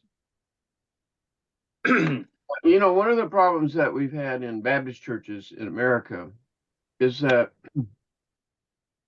just to show you how this developed over a period of time, and I think the kind of misunderstanding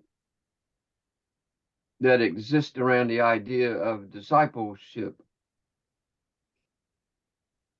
is that on Sunday morning they had Sunday school, and everybody listen, this is the way the Baptist church was set up. Okay, Sunday school was developed to be the arm of evangelism for Baptist churches. In fact, the Southern Baptists have a department of an architectural department. Now, I'm an architect, so I understand what it was that they did. And so if you go around, to a lot of Baptist churches that were created in a certain period of time, what they did is that they developed Sunday school buildings, separate buildings. They were just long, narrow buildings that had Sunday school classes on both sides. So in a lot of the churches, you would have the auditorium in the middle. You know, you got the steeple and the auditorium. And then you'd go to the back of the church and you would have this long building. So it was like a T, right? It's like a T. Mm-hmm. And the T were Sunday school classes. And the goal was that every Sunday school class that they made, listen to me, listen to how the culture developed, okay? Every Sunday school class that they had was designed to seat 12 people. That included the teacher. It was the same size. I don't know, you know, a 12 by 12 room or whatever it was.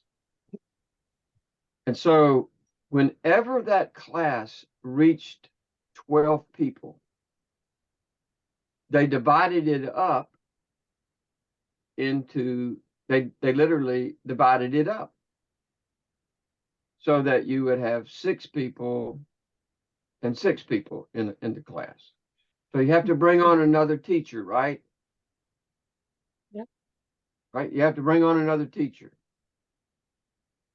So you can imagine doing this for young people, for teenagers, for young marrieds, for middle-aged adults, for senior adults, whatever it may be, how this worked. Yep. And so what they would do is that as the church would grow, they would just keep expanding the part of the T would just keep moving out to each side, or they would, configure it some other way. And so in that setting, they actually had a lot of teachers, which I thought was kind of a violation of Scripture not to have too many teachers. James 3, verse 1. Yeah, James chapter 3, verse 1. So, so that was the way they evangelized, and that they would say, all right, you grow your class, you get your people in that class to go out and to bring other people into the church. That was the primary method of evangelism. To support that, right, and you can identify it with the name, on Sunday evening, they developed the program that they called Training Union. I don't know where they got that name from, but they called it Training Union. I don't know what a union is. That sounds like one of these unions we have in America that, that people work for. But what the training union was a time where you would take the people that were coming into your church, and rather than teaching them, you would train them, right? You would train them to be disciples. In fact, there were a lot of churches that changed it from training union to the name was disciple, not groups. What was the name? It was disciple. Cells? No. Those were home groups, but these were things that stayed within the church. They just call it disciple training. A disciple training. So the idea was we're going to evangelize, and then we're going to do disciple making. Well, if you can imagine what happens in a Baptist church where you have most of the people come on Sunday morning and probably about 20 or 30% come on Sunday night. I know in Romania it may be a little different in some cultures, but that's the way it is in our culture, is that the majority of the people would come on Sunday morning.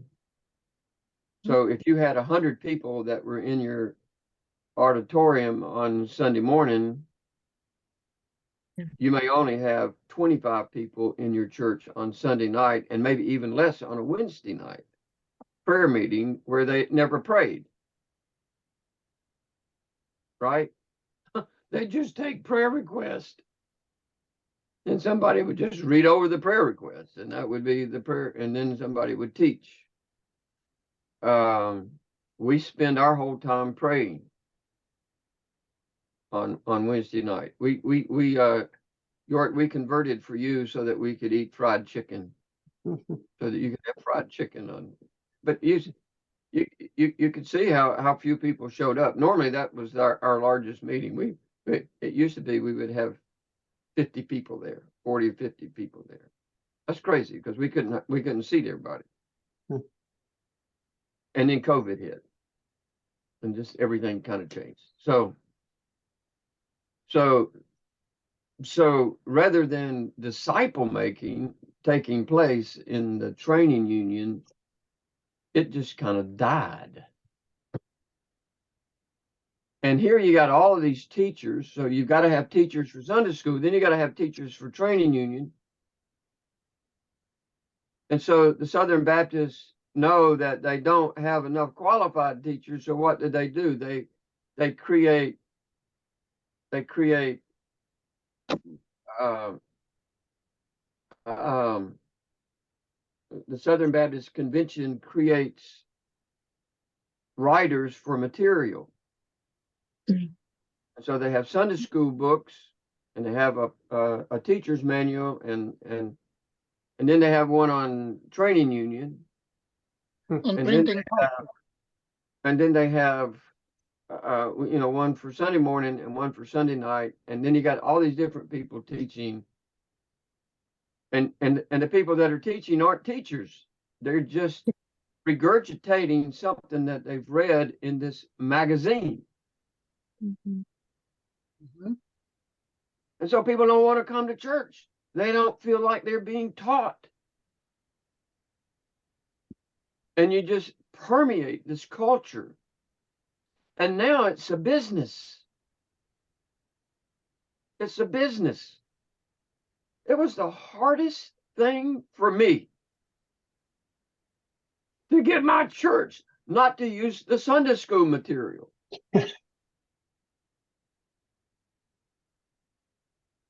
Why don't you just have a good teacher?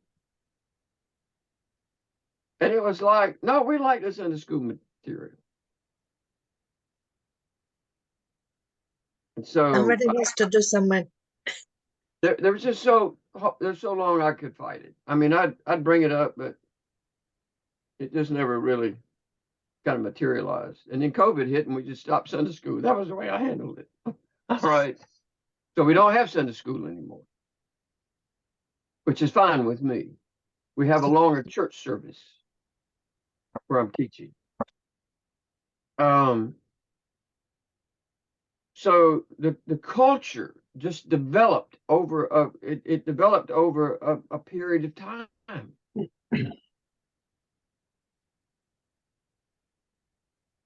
And it's so embedded right here in the mindset of Baptist in America. And so the new churches, what we would call they call them somebody help me.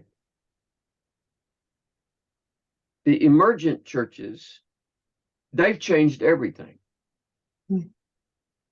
They don't have Sunday school. They don't have training union. They have home groups, which is just as bad. I'm not against anybody studying the Bible. I'm not against it. But that's the way that they grow. They bring in people to the home groups.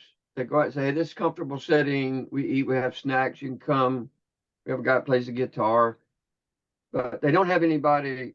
They don't have one church in my area has about 150 home groups. Now, if you think that there are 150 people in that church of 2,000 that are probably really, really good, strong Bible teachers, good luck. It's one of those things where you go in and they got a book now.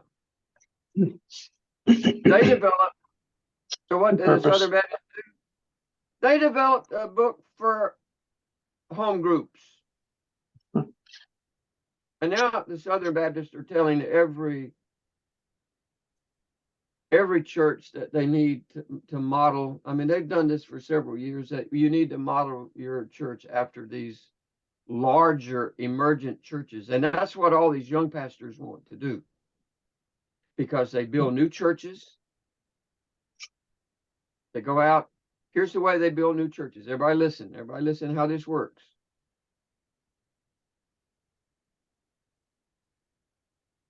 The large mother churches, the large churches, give them about 150 members. Boy, wouldn't that be nice? And they pay for their their pastor until they can grow and build their own building. And then they become self-sufficient on their own. And now the problem is that that's changing. Why? Somebody tell me why that's changing. It's because the new emergent churches are culturally different than the traditional churches that created them. And they're drawing the people from the mother church into the emergent church. So here's what happens. Everybody look at me for a minute. The revenue stream moves over to the new church. Right? We have a church here where I live. You'll enjoy what I'm telling you. The mother church, which is the largest Baptist church, started a church called Cedar Creek. Cedar Creek started out, they had about 150 members. They had their own pastor. They had a guy that led the music. They had a praise band. They built a nice new facility. It was a large facility, Yorick. It wasn't as large as the mother church. And then Cedar Creek starts these, what do they call them? These satellite churches. And the satellite church is Cedar Creek North or Cedar Creek West. They've got several of them that they started. So what happened? Somebody tell me. Took over. They grew faster. Well, no, well, they break away. Oh. They break away. And so they start that church, and then they go out on their own, build their own building again. And all that they're doing, okay, everybody listen to me carefully, all that's happening because they don't have programs. They are a part of the seeker-sensitive movement. They don't have programs, what I would call really genuine evangelism. They have programs that want to make sinners comfortable in the church. I'm not saying you make them uncomfortable, but you know, you don't turn the heat up, but they've created a culture in their churches where they have all of them do. They have the fog machines, they have the praise bands, they have short periods of teaching, maybe 30 minutes is the longest that they teach. They only have one service a week. Everything else is dedicated to the home group that nobody has control over, but the money stream just keeps moving. It keeps moving.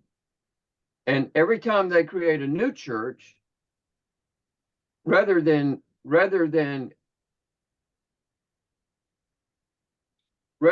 growing because of evangelism, they grow because they're pulling people out of traditional churches.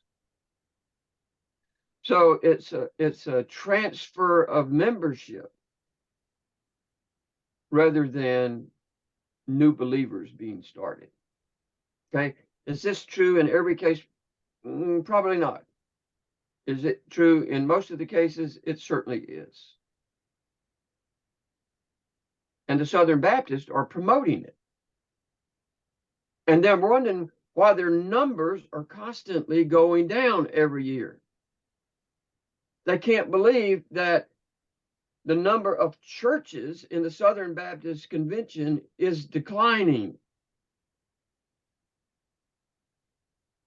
Why the number of pastors are leaving. It's because they've developed a system that literally is self-destructing. I've told my church that if we ever reached a certain place, I can only handle so many people and we can only hold so many people in our church. That we'll just split it in half, and half of you can go over there and do your own thing. And we'll start here, and we'll grow. And you can grow. And we're not going to give you any money. Right? We're not going to give you a praise band. We don't have a praise band. You're going to have to figure out what to do. So, and I'd be perfectly satisfied with that. I'd be perfectly satisfied to take some of the men in my church that are students, the two of them, and say, you go start your own church over here. You can go wherever you want to. You go start it. And so it's a very self-destructive system. Like, now, why am I painting this picture for you? Somebody tell me, why am I painting this picture for you? What are we talking about? There's no discipleship going on anywhere.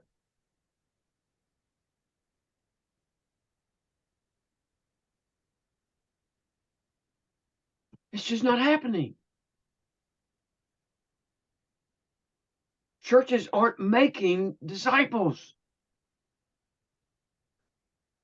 They're making followers. They are just trying to find ways to grow. And most of that growth is the numerical growth that they experience is not through evangelism. It's through transfer of letter. We have just as an example, I'm off on a tangent here, so just forgive me. I'm on my, we call it a bailiwick. I'm not sure what a bailiwick is. It's, I have to look it up. yeah, you have to look it up. I'm on my hobby horse, okay? We have a pastor that was at the largest church here in the city that I live close to, a Baptist church. And he was there for like 4 years. He went in and he just tried to change everything. He just tried to change everything. And he did. And he split the church 3 times. 3 times. So every time that the church split, like he fired the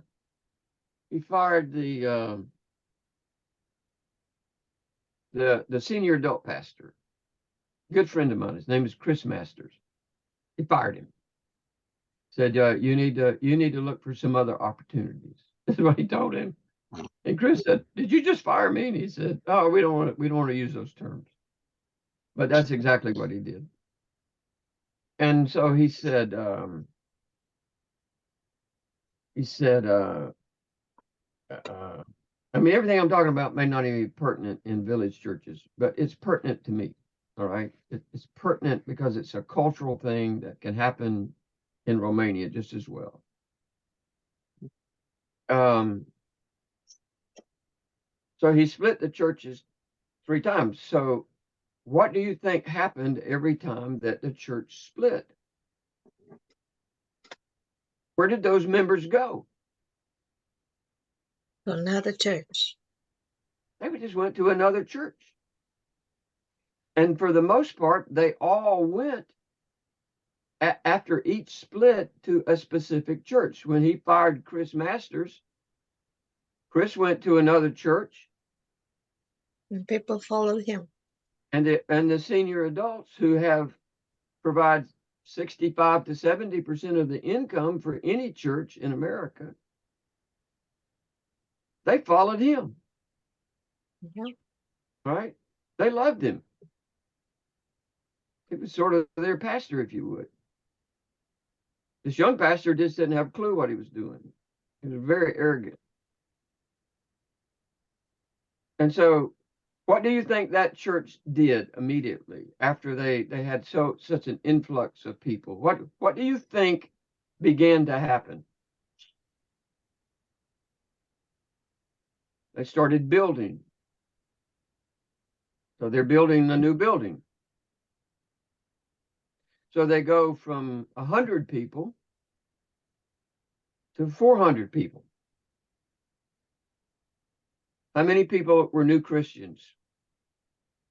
300. Probably 10. Oh. I mean, I have no idea, but I can tell you that many people left that church. So he keeps doing his nonsense. He splits the church again. This is a church probably had 4,000 members.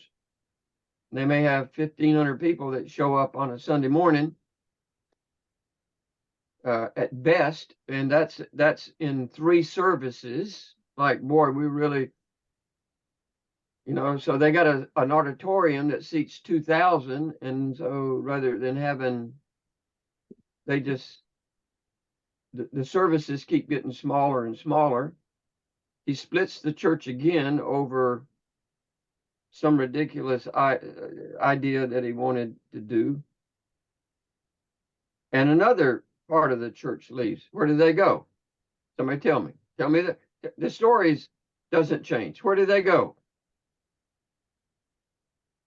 Other churches. They wind up going to another church. Yeah. And that church goes from being 100, 150 to being 400 people. So what do they start doing? Building. They start building. I've been in the auditoriums, the new family life centers. And he splits it a 3rd time. And by this time, there's hardly anybody left in the church to support this big church. And they go to another church. And what did they do? They had 100 members. They were out on the Aiken-Augusta Highway, York. What do they do? Somebody tell me. They have to build something bigger because they have more people coming. They start building. Like this one built a school. K4 or K5 through the 12th grade. And the poor pastor that came in, the pastor that left that was there, he comes up with the proverbial sign, right? I mean, the most ridiculous thing I've ever heard. The Lord's calling me to go somewhere else. I would say to him, the Lord's asking you to leave the ministry. So we have these 3 churches that look like they're growing, and it's an illusion. Mm-hmm. It's an It's optical. like they are in construction business, not in Right. churches business. That's right. They're spending money on buildings rather than on missions. The church is weakened. Yeah. And if you went through the number of people that are getting saved in this association that I am in, that are reported every year, the numbers are just going down and down and down. And yet we're getting bigger and better buildings. And the empty one. And one that's almost empty. Right. This church had 70 people on its staff. That counted janitors and everything. 70. 70. Yeah. My church doesn't even have 70 people. Can you imagine what you got? What the income stream has got to be to support 70 people? What's the problem? There's nobody's making disciples. Yeah. We're building buildings. We're transferring membership. And the Southern Baptists are just, It's like they almost support this kind of nonsense. It's really dangerous.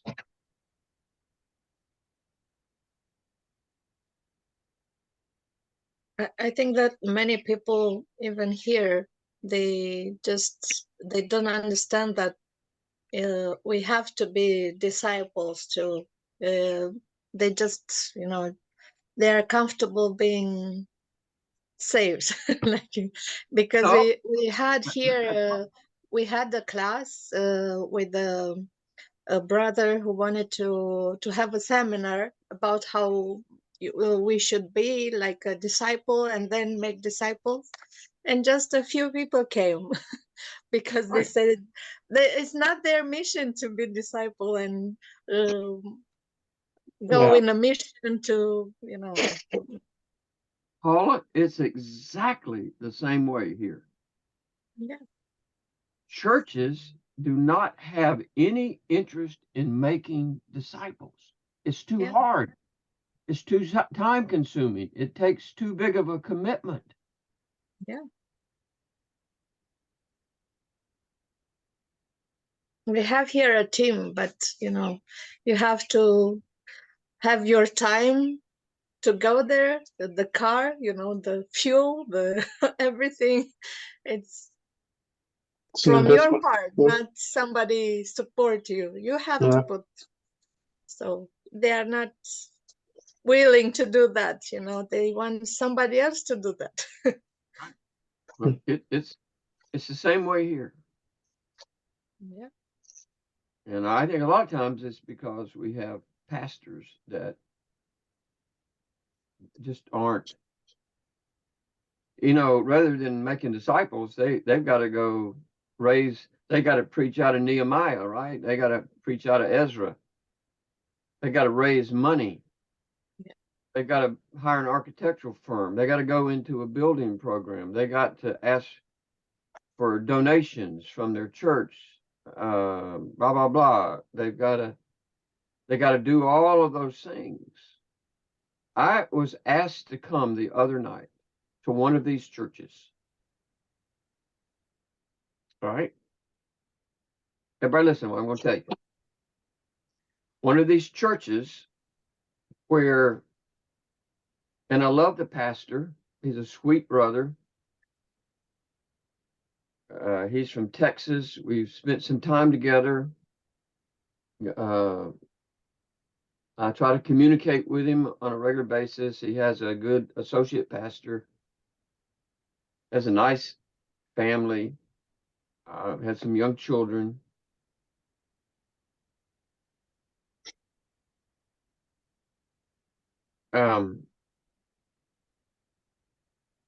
So they had a young man that wanted to go into the ministry, and he wanted to go to the seminary,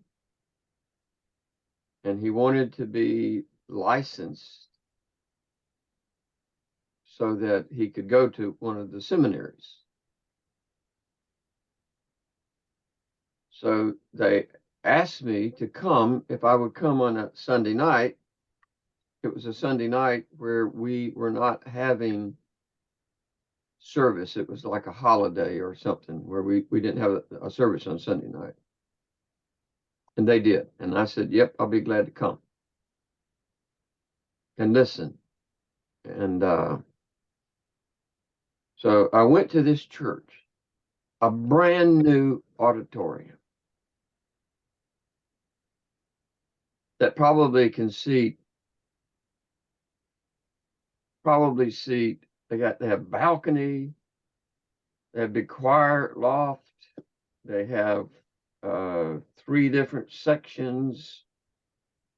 In fact, my architectural firm actually designed it for them. It's a really nice church.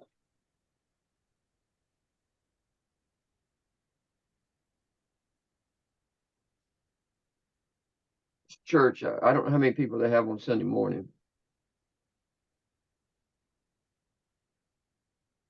But I doubt that they had 30 or 35 people there.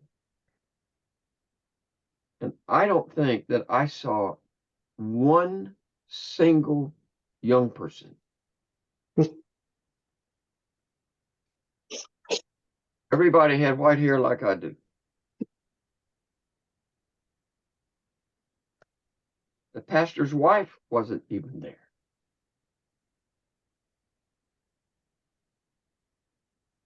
It was like, I was thinking, well, hey, I'm going to this new church. You got this new building and you got all these members that have flooded over to your church, and your church is going to be, you're going to have a really good crowd here. And I've heard so much about the music program, blah, blah, blah, blah, blah, blah, blah, blah, blah. It looks to me like you're just in debt. And these 30, 35 people, they're not going to be able to support that debt. I was discouraged. I mean, it was discouraging. I mean, it was like, huh.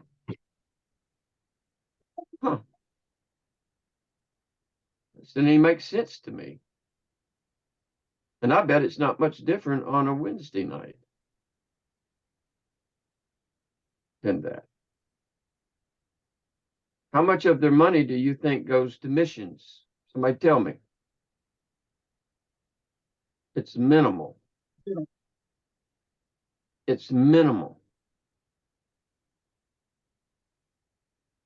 It's minimal. They don't have any discipleship program there. None. Zero.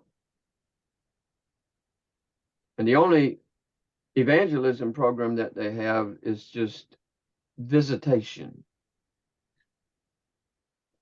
And the Southern Baptists have ruined that as well.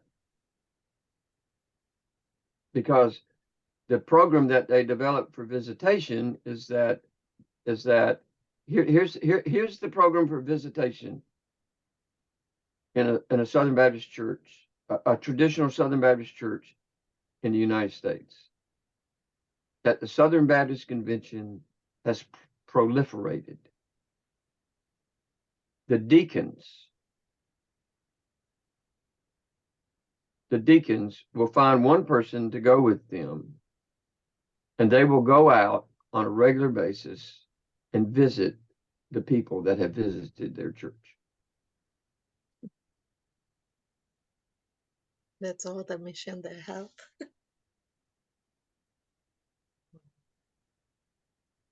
I mean, that's here we have a large church, and they're just visiting the visitors. What's missing? There are no disciples. And the church just keeps going down and down. It's like getting in the elevator and hitting the button that says 1. Yeah. And you just keep going down and down and down and down. I'm not saying every church is bad. But I'm saying that for a lot of churches, it's just that there's nothing that's really effective that's taking place in their church. My church still gives 65–70% of everything that comes in that goes back out to support missions, even though I'm not traveling and able to come. We had one of our missionaries die last night. He passed away last night. His name was Ron Wesson from South Africa. Precious brother. Poor as dirt. Just poor as dirt. We loved him, and we helped him. We supported him, he and his wife, Sally. So the reason that churches don't want to have these a program like discipleship is because they just see it as just another program that's going to fade away when the pastor leaves and the new Pharaoh comes in and he's got another agenda. Yeah. It's really very simple. I mean, if you're up at the 38,000 foot level and you have any kind of discernment and you can look down and see what happens, you men and ladies, you ought to be able to tell me you have a culture there in Romania that probably isn't much different than what I'm talking about. You know, the pastors may stay longer because maybe the Baptist Union dictates that they have to be there or something, but whether or not you have active discipleship making or whatever it is, there's a good chance that you don't. Even if simple addition that we talked about was the church's method of growing, which is not wrong. It's not something that I would say that's wrong. It's a well-known statistic that over 80 to 85% of the people that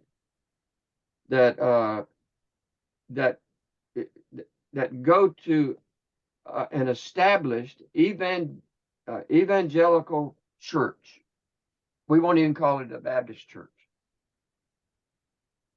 that 80 to 85% of the people in those churches have never ever shared Christ with an unbeliever.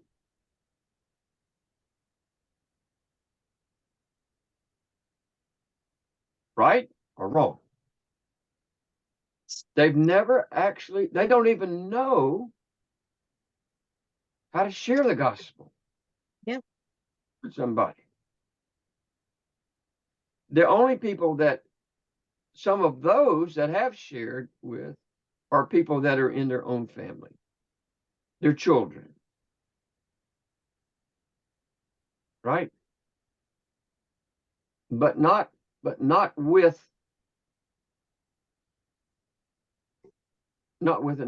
unbelievers that they meet and have contact with.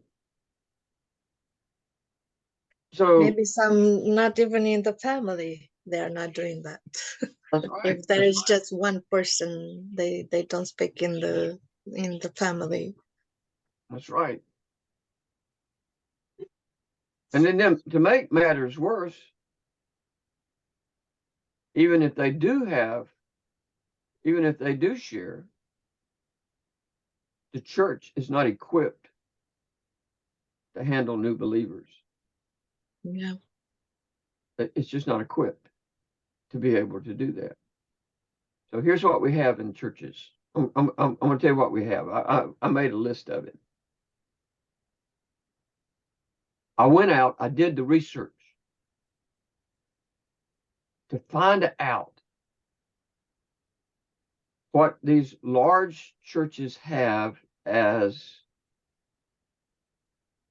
I'm just looking at a screen with names. So.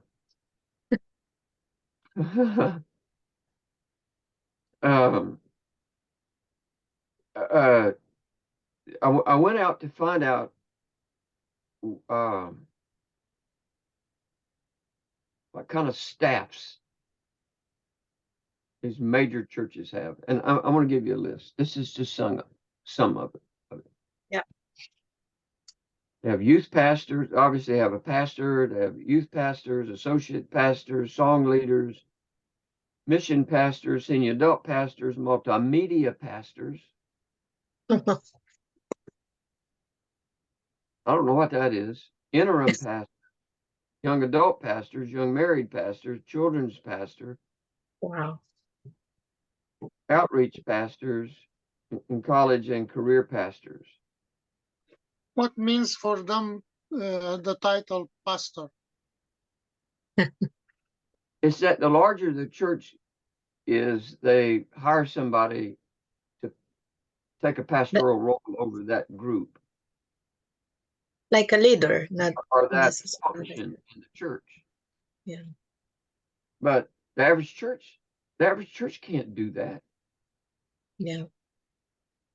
The average church is not equipped to have all of this. They don't have even cleaning pastor. No, they probably should. I think we can put that down, right?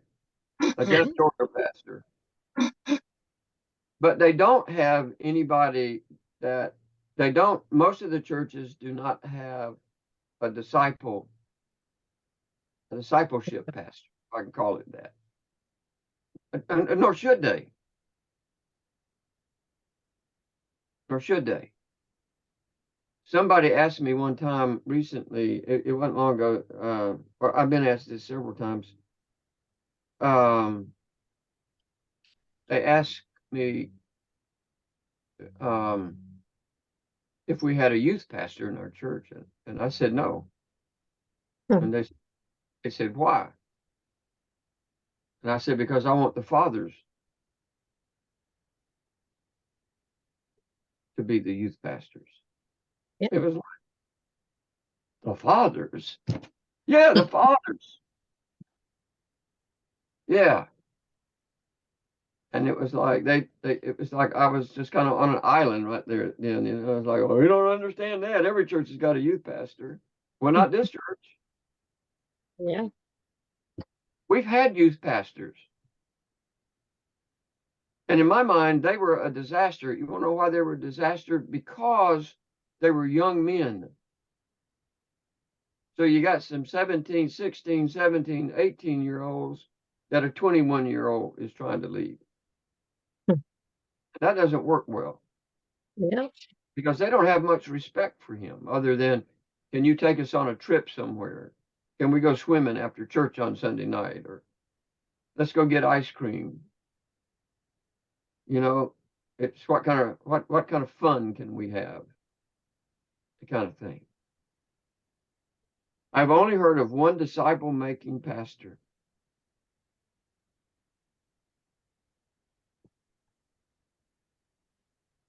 I'll say that again. I've only heard of one, excuse me, I've only heard of one disciple-making pastor in my area. One. And I'm probably two. All right, what time is it there? 7 o'clock? Almost there. All right.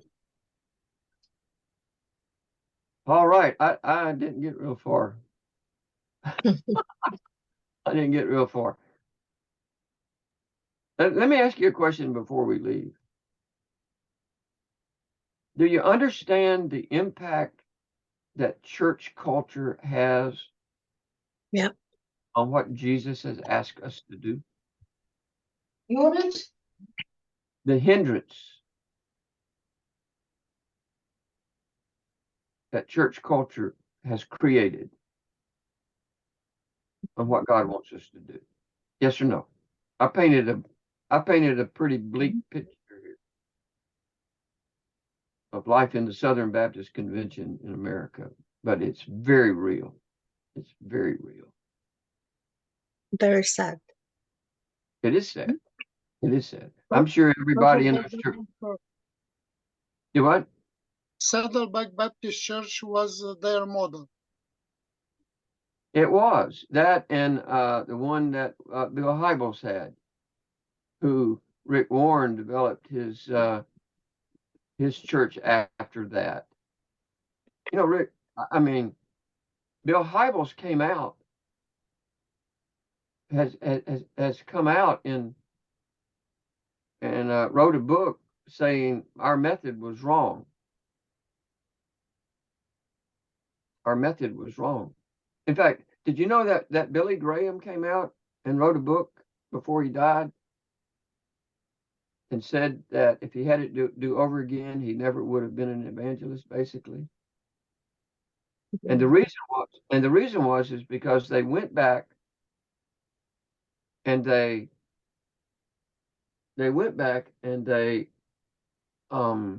determined that only 2% of the people that came down and signed the cards, and then they would assign the card to a church, and the church would go and try to meet with those people. You know, they say, you know, we've accepted Christ. He got decisions, but not conversions. I'm not criticizing Billy Graham. I think he was wonderful. I think he was outstanding, actually. And God did use him. But he said, I wouldn't have done this. I wouldn't have done this if I had it all to do over again. Because only 2% of the people that signed those cards were actively involved that they could find. I'm sure some of them had died off, but that was the number they came up with. That only 2% of them were actively involved in a New Testament church. And Bill Hybels wrote a book. He's being charged now with some sexual improprieties with women in the church. He's come out and denied that.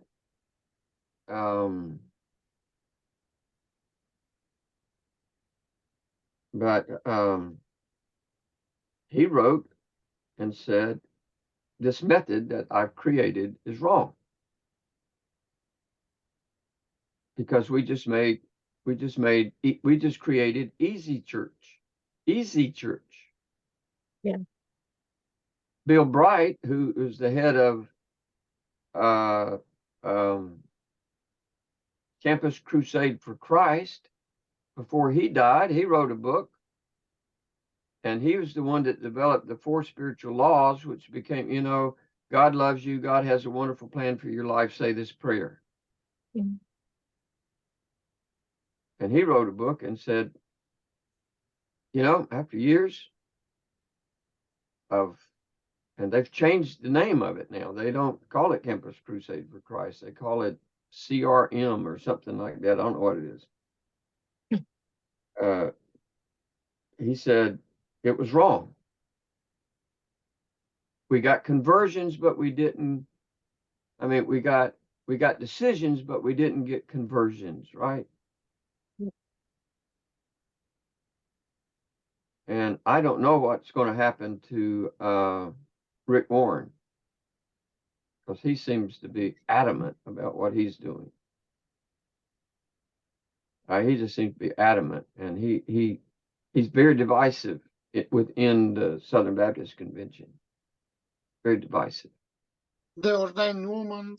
And he's an evangelist, so he doesn't care how you reach people. And he'll make that very clear to you if you listen to him. They expelled him now, right? Or is he still in the... No, he's still in there. You want to know why? Because he has such a large influence, right? He's the one that created, I think, more so than Bill Hybels did, the seeker sensitive movement. Yeah.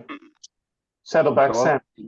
all these emergent churches, you know, he created Saddleback Sam and all that, and you know, let's give them what they want. I don't think Jesus ever went around and did that.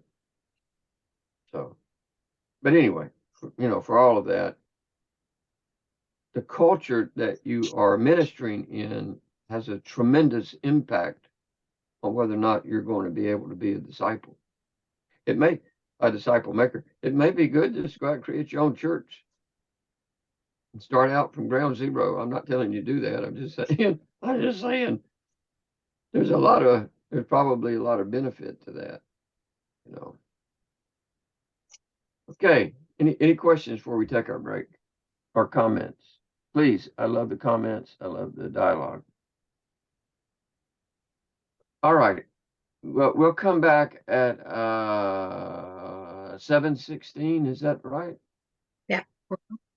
7:16, something like that. All right. I love you guys, ladies. Yeah. me too. Me too. Okay.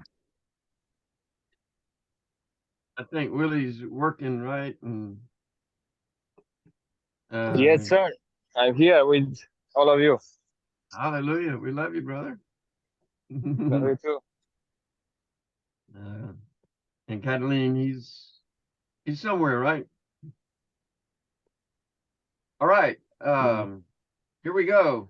You want to record? It's already recorded. All right. All right. So we're talking, this whole topic is about my question at 9 o'clock or 4 o'clock this afternoon was, what about evangelism? Right? Right. That's the way that we started. What about evangelism? Well, what about it, Gary? I'm not against evangelism. You would just be crazy if you thought I was against evangelism.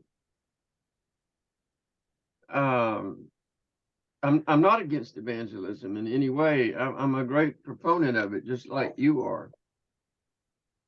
But evangelism, I don't believe is the primary focus of a discipleship group. Now, you may disagree, and that's okay. It's okay. You can go out and do discipleship however you want to do it. But making disciples is, I think, it's a long-term investment. I would say, here's the way I would say it. So you ought to write this down if you take notes. I know you're not taking many notes today because I'm doing too much talking. But evangelism is focused on unbelievers, and discipleship is focused on believers. Wouldn't you agree with that? That's a very simple. Evangelism is focused on unbelievers.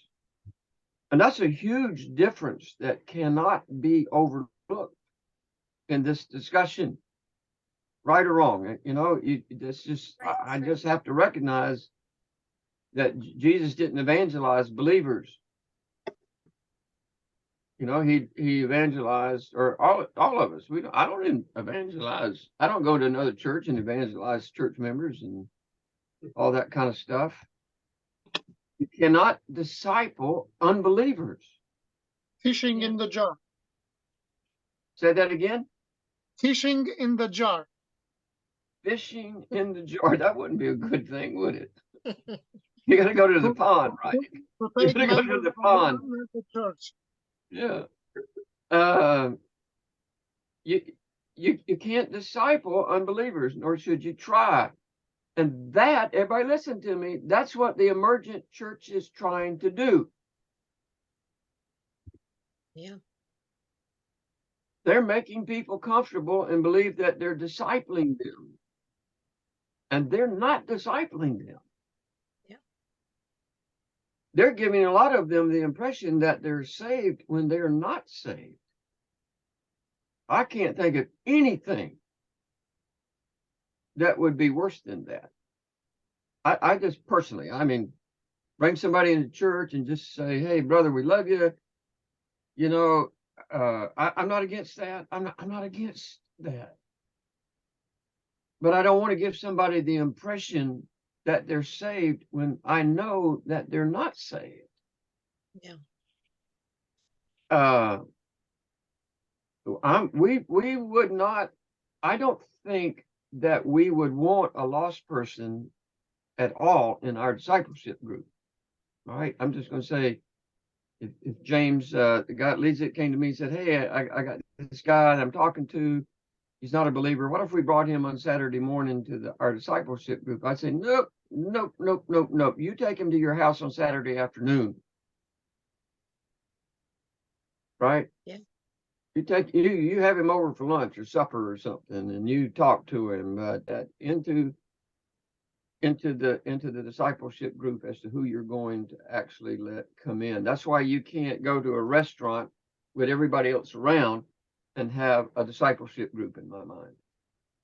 I think every time Jesus wanted to disciple his disciples, or to train his disciples, to coach them, whatever, he took them aside somewhere. Yeah. He went somewhere alone with them. He didn't say, hey, let's just go down here to where the big crowd is. And, you know, he took them aside. He said, let's go to the other side of the lake. Yeah. Or let's go to the garden. Can't you just stay awake?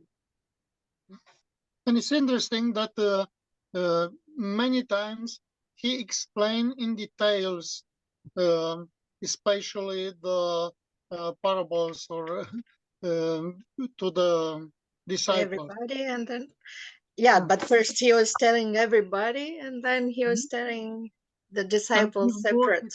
In order to understand better. Yeah. So Well, he that would was teach- the difference. He would teach, to sort of piggyback on both of y'all's comments, he would teach, and then after he'd teach, there were things that they didn't understand, and they would ask him to explain what he was teaching. Yeah. That was certainly the case of the Olivet Discourse, right? Yeah. In Matthew 24 and 25. When he came out of the woes in Matthew 23 and told them about all this stuff's going to be destroyed, and they were confused. Matthew 13. To what? Even in Matthew 13. Yes, yeah. Well, Matthew 13 are the parables Yes. where they didn't understand all the parables, so he didn't interpret every one of them for them, but the main ones he did because they didn't understand it.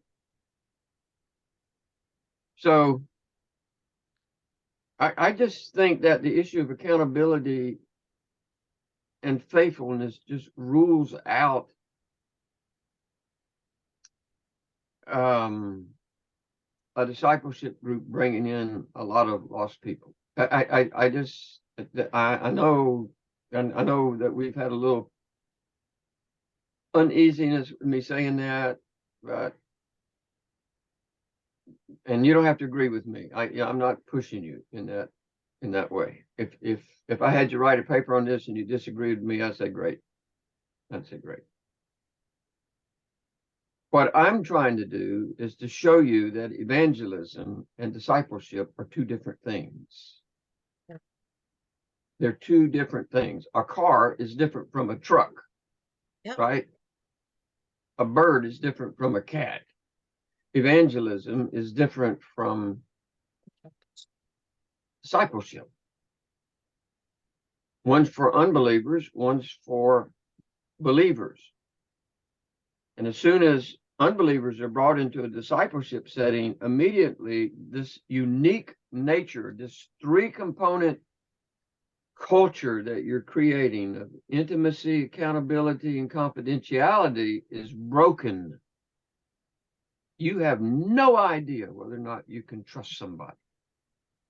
And there's nobody in the group that literally is going to start to open up and resolve some of the issues that they may have in their life that needs to take place in the discipleship group. So I would say that discipleship supports evangelism. Is that the right way to say it? Yeah. It supports evangelism. It teaches evangelism, but it's uniquely separate from the actual group meeting where you're actually making disciples. All right? There's a difference. You can coach and train and teach young believers. That's a different group to me. It's a completely different group. I wouldn't be teaching on this as a complete study. In fact, this is the longest study that I have, second only to, we're not even halfway through with it. Now I've spent a whole week. It may take me all next week to get through this. That's sad, isn't it? That's pretty pathetic, Eric. But I think that the largest one is that I have is loving your wife like Christ loved the church, and it's almost 75 pages or so. This is about 25, 24, something like that. So obviously, I think it's important that one of the emphases of a discipleship group is that everyone in the group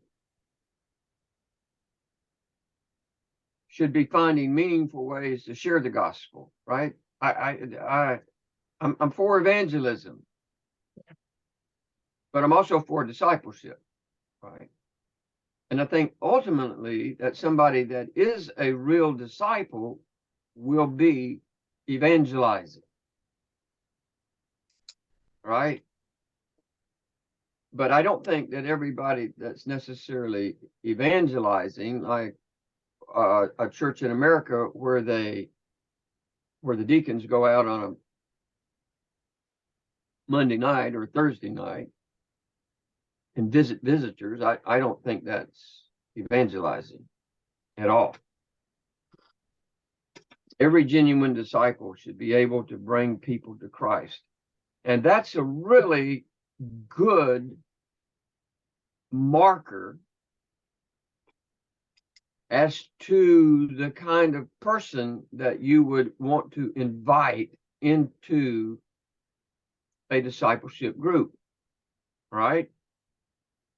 Do you believe? You could ask the question, have you ever led anybody to Christ?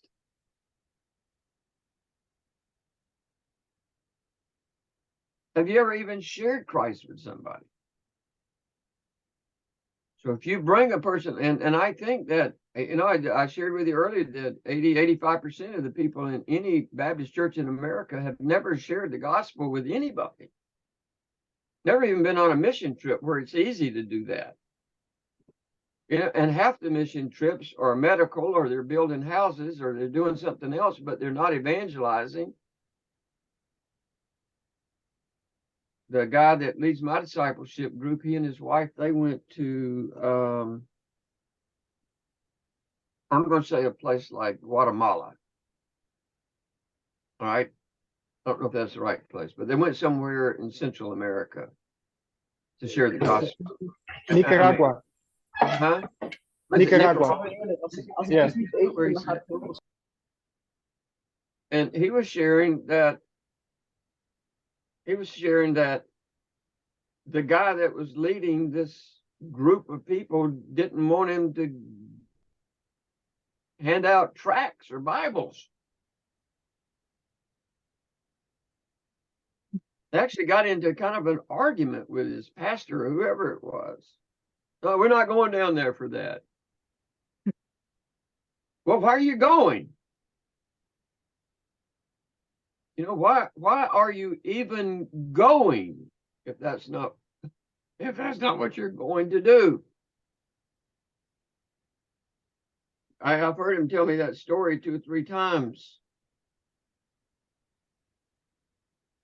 And so every genuine disciple ought to be able to communicate the gospel clearly, to help somebody navigate into what it means to be a Christian, to pray with them, to whatever, you know, however that works, however you accept Christ. I didn't have anybody help me accept Christ. Nobody. No, I didn't pray a prayer. The prayer was just in my heart. I was taking drugs. I was high. Somebody shares the gospel. I realize I'm lost. I just cry out to God. No sinners. Me, the sinner, was praying. And nobody was prompting me to do that. For me, it was irresistible grace if you are reformed in your theology. So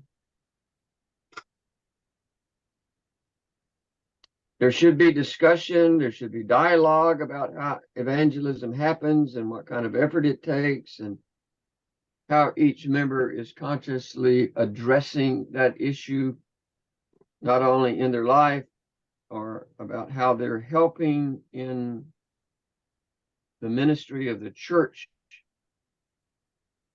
for that to take place.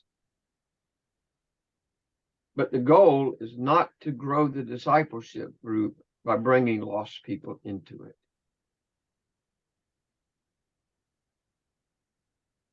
That's another ministry of the church, right?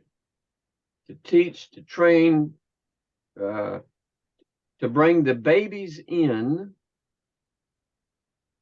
right? The baby Christians, to bring them in and to nurture them and teach them and help them. If you put them into the discipleship group, like what I'm talking about, you're going to lose the effectiveness of that discipleship group. They may really enjoy it. I'm just going to tell you, they may come in and say, man, I've just never been anything like this. This is wonderful. whether or not you can trust them, whether or not they're going to last, whether or not they actually have, that's the right term, whether or not they really have the perseverance, you don't know. Yeah.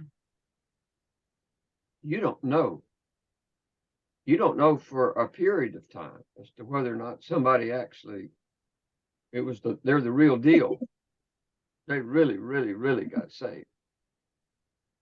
You know, it's kind of interesting. My youngest son, Benjamin, he'll be home this weekend for Mother's Day, I think. He should be, or I have to rebuke him. No, just kidding.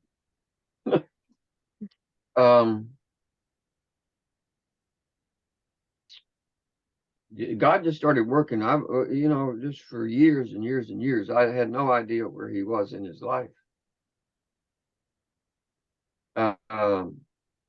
And then God just began to do a work in his life. I think he was already saved, but God began to do a deeper work 2 or 3 years ago. This is kind of interesting. And the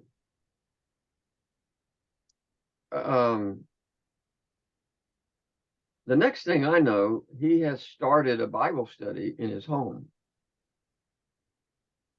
But he's not equipped to teach a Bible study, and he knows that. So he asked me to help him, and I did, and I sent him. But they went out and found an associate pastor, or a guy that's a music pastor at a church, and that guy comes in and facilitates the group. Mm-hmm. And they have a lot of men. It's for men only. They have a lot of men that the group probably got 7 or 8 people in it, and they meet on a regular basis, and they talk, they pray for one another, they talk about their problems, they do kind of what a discipleship group should do. But none of those men are ready to go out and be disciple makers, except maybe the music pastor, director, you know, whatever he is. So all of that work should be happening within the local church, but not necessarily within the specific discipleship group that you have. You want to pass the young believers off to somebody else, if I can say it that way. I've debated really, really strongly about, would I rather have the discipleship group with the more mature believers, or I'm going to say a new believers class with a bunch of new believers in it? Which one would I rather have? And I'm still very uneasy about what my answer would be to you, because I've had both. I've had both. I think, let me just tell you what the problems are. We've had new believers class where we had a fairly decent number of new believers in the class, and I would bring them together on a Sunday morning before church, not a long time, you know, an hour at the most, and teach them and share with them. And just one by one, they would just kind of drop out.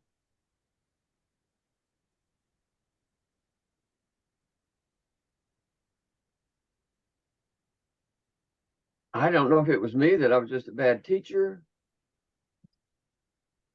I think what it really was is that they weren't really believers.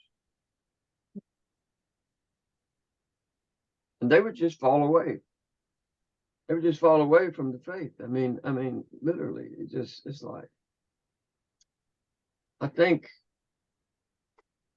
I'd almost rather teach a discipleship group. I've never had anybody in any of the groups that I've worked with that we've asked to come into the group that left the group.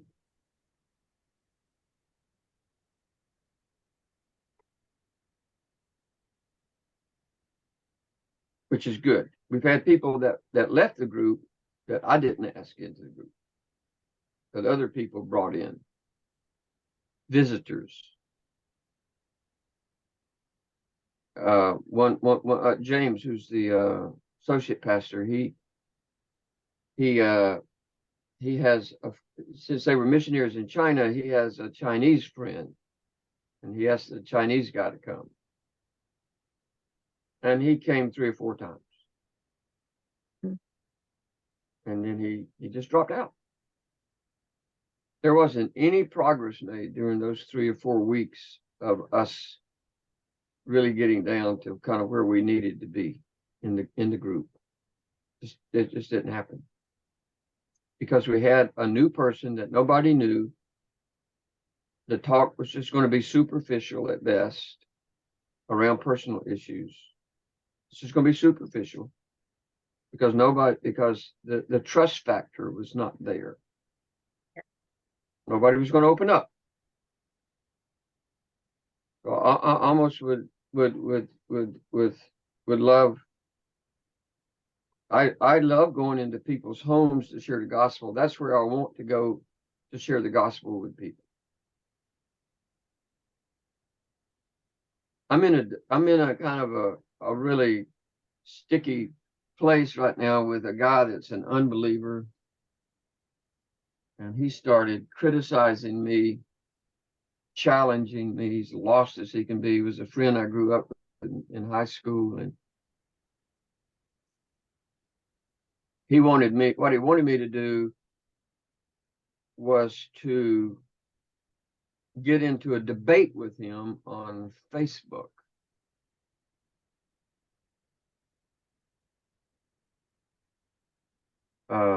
And I refused. And then he would write, and he'd just put it out there. He would say things about, maybe it was Messenger, I forget. I think it was Messenger, which is Facebook. But he would criticize me. He'd tell the world I was stupid. I believed in God and all that kind of stuff.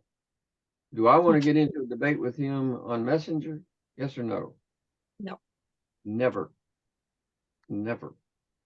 What do I want to do with him? I want to go somewhere and sit down in a setting. I don't mind going to his home where he's comfortable, because I'm going to make him very uncomfortable. And I know that.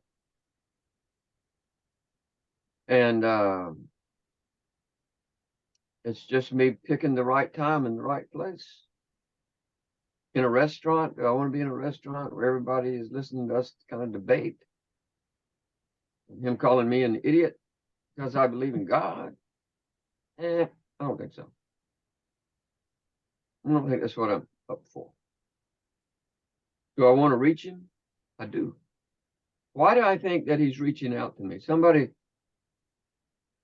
if you had to figure out why he's reaching out to me, I can tell you why he's reaching out to me. It's because he's in very poor health. Okay. And he knows that he's going to die. And it may be soon. And he wants somebody to convince him that what he believes is not true.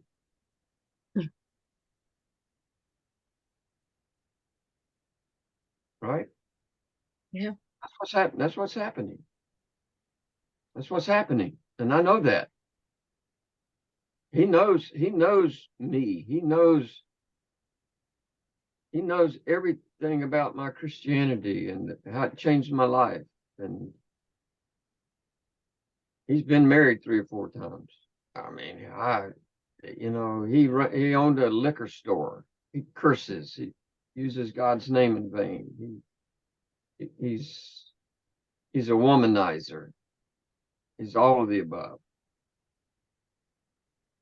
And I'm not like that. And he knows that. And that's why he challenged me. So what the discipleship group does is to explore various ways to evangelize. That would be one of the great topics that you would have in a discipleship meeting, right? Guys, are we evangelizing or are we not evangelizing, and why or why not? What kind of effort are you making to evangelize? And then we come up with a plan, a strategic plan, whatever you want to call it. And then we hold each other accountable. Do you pray? How do you talk to your wife? You know, we have one brother in the group that really struggles in his marriage. And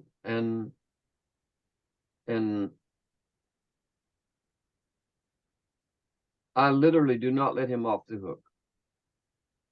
I do not let him off the hook. He lost his first wife to breast cancer, and she was in her 40s. She was about 40 when she died. And she battled it for about 3 years, and then he got remarried to this lady that he said that he told her they were kind of dating, and he said, I'm not going to marry anybody that's not a Christian. And so she started coming to church. And she got saved. It took about a year. She got saved. Just sitting under the teaching. And she literally got born again. I baptized her. She was so excited. But their marriage is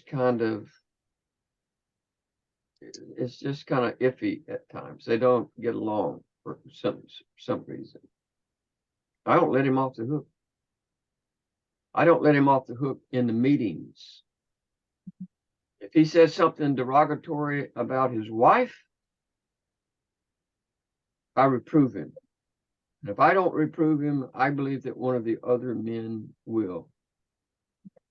I'm talking about Tim.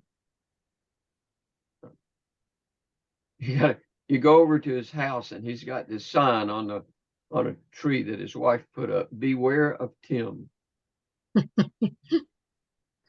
He's a sweet brother, man. He's a sweet brother. He'll do anything. He's got a servant's heart. I think he has the gift of giving. He would help me do anything.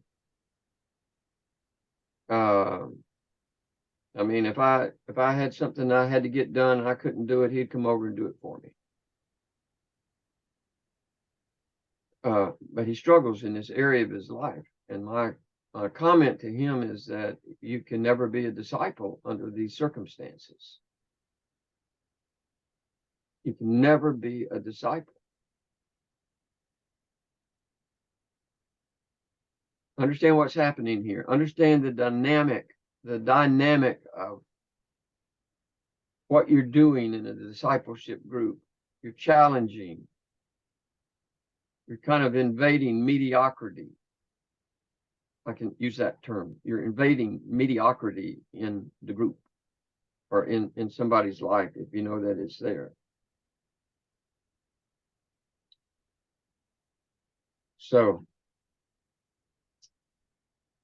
I want to change topics for a little bit, and I want to ask, where does commitment fit in? Where does commitment fit in?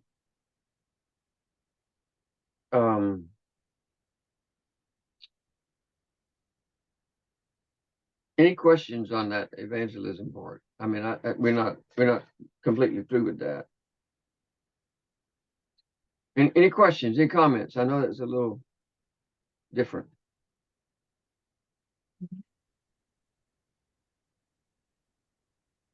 Everybody okay? Everybody sleep? No. All right. All you gotta do is say everything's okay.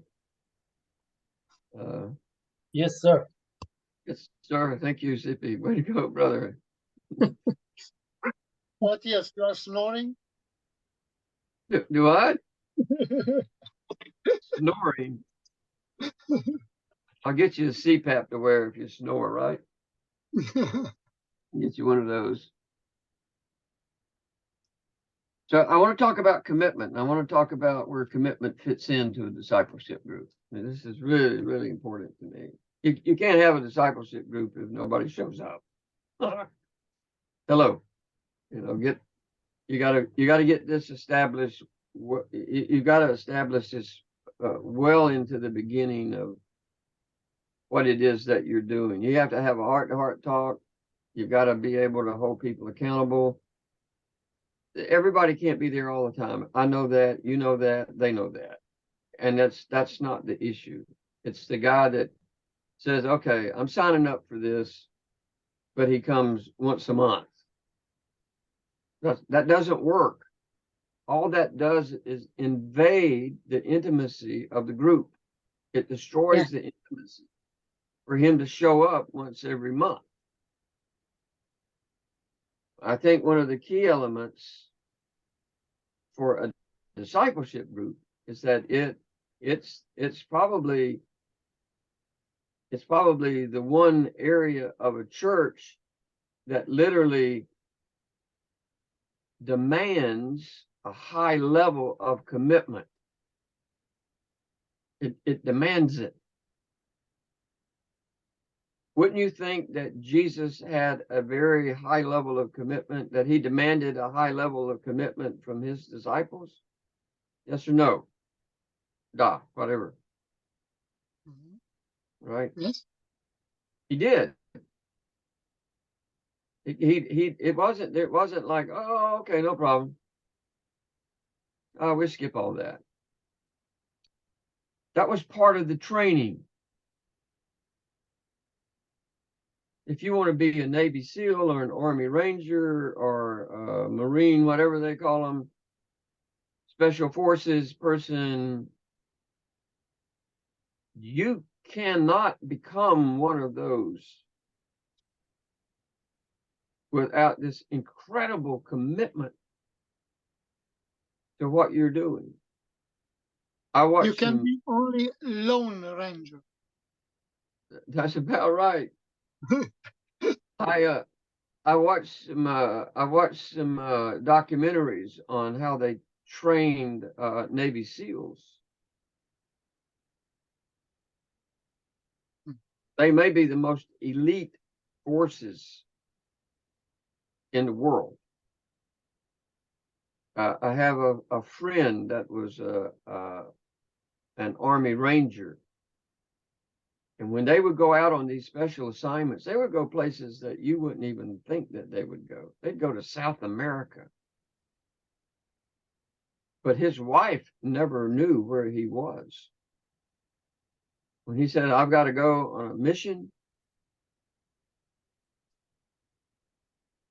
that was it. That's all the information that she got. I've got to go on a mission. Hopefully I'll be back in a couple of weeks or something like that. And they'd drop these guys in at night by helicopter, or by plane where they're parachuting into somewhere in the dark with all these things on. I mean, this is real life. This is the way that they live. And these Navy SEALs are just unbelievable. You think they could be a Navy SEAL without commitment?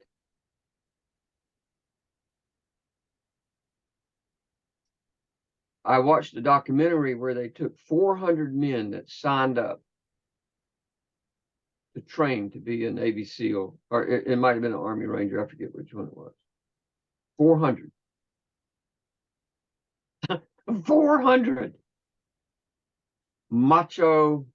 I got this. I can do this. Man, that's what I want to do. After about 1 week of training, 1 week, they were down to 30 people.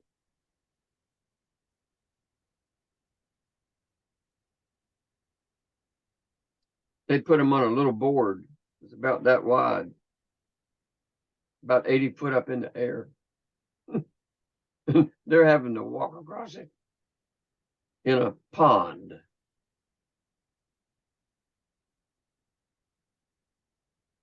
Before they could, half the guys ever got up to the 80-foot level. They said, I'm out, done. I'm done, no more of this. I'm done. There's some things in life that just require commitment. And being a disciple of Jesus Christ is probably the most important commitment that you can make in your life. Am I going to be a disciple of the Lord Jesus? Am I going to follow him no matter what the cross is? Am I going to take up my cross? The cost is, am I going to take up my cross every day? Am I going to actually follow him? Or am I just going to be a church person?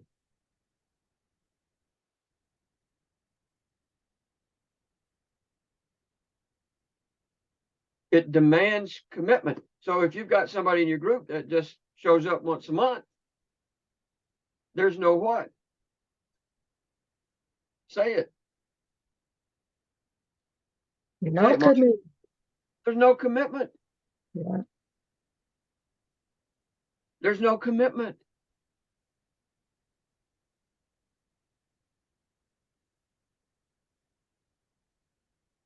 So you have to, at the beginning of all this, excuse me, cut this off so it doesn't go off.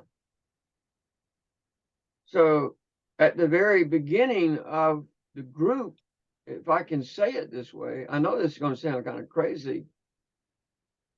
You've got to be able to sit down before you ever get started. If people get invited into invited may not be the right word, but I think it probably is as much by invitation as not. That if you come to a group meeting, let's say it's your first or second or third one or whatever, you as the facilitator have got to talk about commitment. And here's what you have to say. If you cannot be committed to this, we do not want you to be in this group. Could you imagine the Navy SEALs going out on some special mission at midnight, where they're going to raid some place, they're going to do something that nobody else would want to do. It's dark. And two or three of the guys in the 6 unit that they had, this unit of 6 or 7 people, have not really been very committed to the group. What's going to happen when the firestorm starts?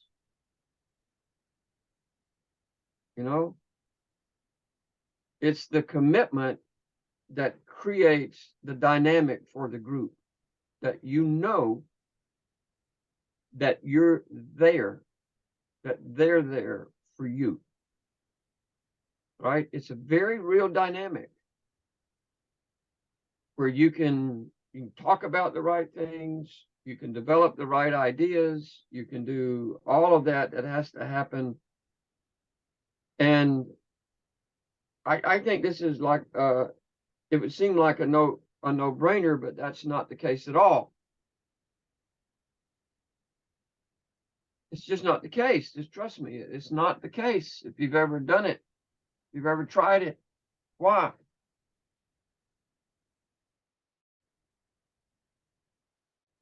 You got to write this down. It's because when you begin to ask people for long-term commitments, you start getting short-term excuses.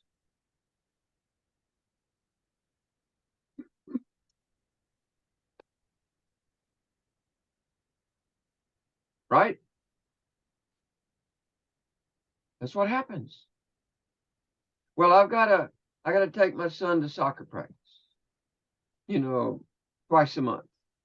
Or, you know, we go camping once a month, or we do this, or we do that. Okay, great, great, great, great. Go watch your son play soccer.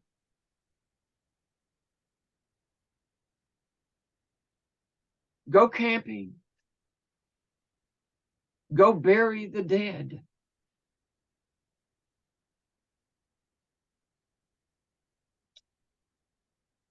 Right? But you can't be my disciple with a lot of short-term excuses. I don't put, unless it's just something that's really, really, really critical, I don't put anything on my calendar for Saturday morning at 7:30.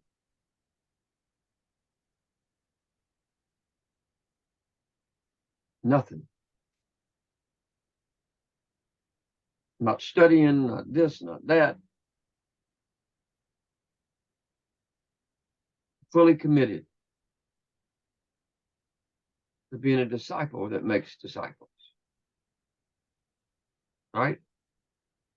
So if you don't establish that up front, you won't have a successful group. Okay, I'm going over here. What time is it here? It's 1:04. No, it's not. It's 8:04. Why don't we take a 15-minute break? I mean, a 10-minute break, and we'll come back at 8:15. I know you're getting tired, and we'll close it up for this week. All right? What? A short comment, if it's okay, a short, yeah, something I have in my mind related with this kind of group. I think with commitment, I think the standards are so high, even it's normal. I think it's normal with this commitment. But I'm afraid, looking around me, I'm afraid that I don't know how many people will want to really to attend this kind of group. It's nice. I was in a group when I was young, and young. I mean, I'm young also now, but 20 years old. And yes, it's a very nice experience when you have a high level of intimacy and yes, confidentiality, and it's very nice. For me, it was the best group, and actually, I was able to cancel any meeting for this group. I was able to go everywhere with this group because it was this kind of high level of intimacy. But until you arrive to this level, I'm afraid that I'm looking around me. I'm afraid that every time I hear this, man, I have a job. I don't have time. I cannot right now. This time it's something appeared, which is I think is normal, but commitment. I think it's sometimes it's big challenge. Yeah, That's why we're talking about it. You can't have a successful marriage without commitment, right? yeah, sure. I mean, that's pretty obvious. You can't be a successful team player if you don't have commitment to the team and the practices and everything that's a part of that. I mean, that's why we're addressing all this. The problem that I think that we have in churches, and this is the really difficult part, is that there are many people that are in the churches that aren't committed to the church. they're not committed. They are members. They are committed members to the church. I have in my church, I mean, I have people that are kind of fully committed. I mean, if the door's open, they're there. If you took somebody like Chris and Tracy or Larry and Bonnie, I mean, they are always there. Even Miss Ruby, who plays the piano, or the couple that was visiting in Canada or something like that. And they really committed. They don't miss.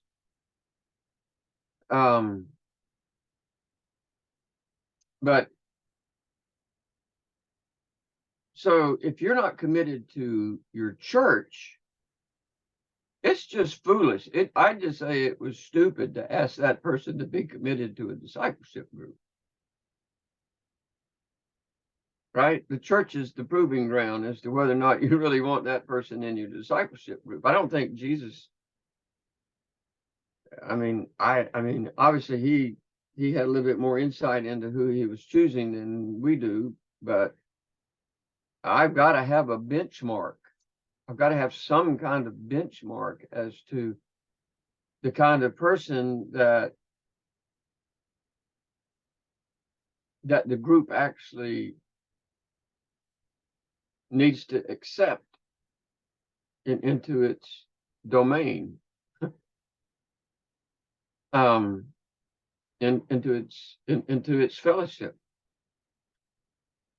There are, I'll give you some examples of just what it's like for me. I have parents in my church that are addicted to taking their children to some kind of sports practice or ballet, or gymnastics. I have one family that, I mean, if they have ballet practice, or if they have gymnastics practice, or if they have a gymnastic meet that is out of town on a Sunday, brother, they're going to go to the gymnastics meet. You know, they're not going to go to church. So they're more addicted to taking their children to all these practices, especially on a Wednesday night, where we Because have it's our their future. It's not because it's their future. They have to be gymnastics. They don't have to go to heaven. They have to be gymnastics. Well, Paula, that's really the problem, is that none of these kids are going to be Olympic gymnastics girls. They're not going to be. They're just normal girls, and you know, and they're just sort of competing, and then they reach a certain age and they're done with it. And you spend a lot of money, a lot of time. Maybe you've taught them some discipline stuff, but you've told them that it's okay to not be committed to the church and be committed to what you want to do. Right? Now, this is a really, really difficult thing for me as a pastor. It's very difficult for me. It's very difficult for me. And I keep my mouth shut. I've mentioned it before. I've mentioned it numerous times in the church. I've tried to be gracious about it. I've tried to find ways to do it. When my kids were growing up, they all were involved in something. But if we had church, we went to church. They had a soccer game, they went to church. They could wear their suit and everything, and as soon as church was over, they could drive over to the soccer match and miss the first half. But we went to church. Is that right? Wrong? In my church, it's not even, it's the kids going to go to practice. Even if we have something like a family night meal, I'll have 2 or 3 families that have young children that won't be there because the kids have got a practice. We have a prayer meeting. They're not going to be there because the kids have a practice. It's always on a Wednesday night or a Sunday morning. Hello. Who's dictating my life? Is it God's word, or is it the culture? Why does the culture win every time? Why don't some of the parents just say, hey, we're not coming on Sunday. We go to church. We're believers. We're committed followers of Christ. And nobody challenges that. Nobody says, no, we don't want to do that. But it happens all the time. So my question is, where is the commitment to the local church? Listen carefully to what I'm going to say here. You ought to write this down. Commitment is very special. Commitment is very, very special.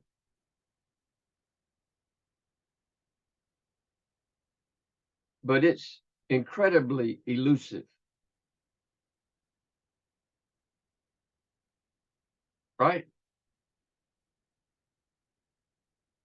It's elusive. You can have people that are members that come when they want to. They come on Sunday morning. They don't come on Sunday night. They don't come on Wednesday night.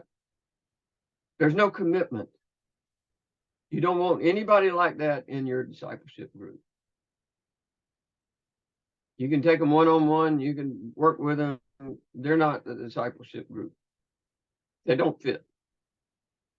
Because Jesus is looking for people that are committed to him, to be his disciples. He doesn't want a half-hearted disciple or a half-hearted commitment. How would you like to marry somebody that you knew was only half-hearted committed to the marriage? You know, somebody that said to you before they got married, you know, I really love you, and I, you know, and I hope this really works out, but I'm really not that committed to this marriage. Duh. Would you marry them? Yes or no? Some people would.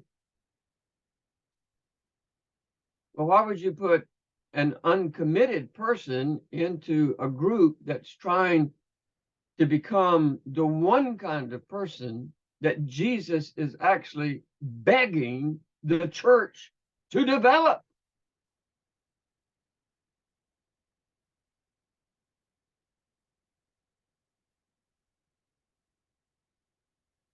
Am I making sense?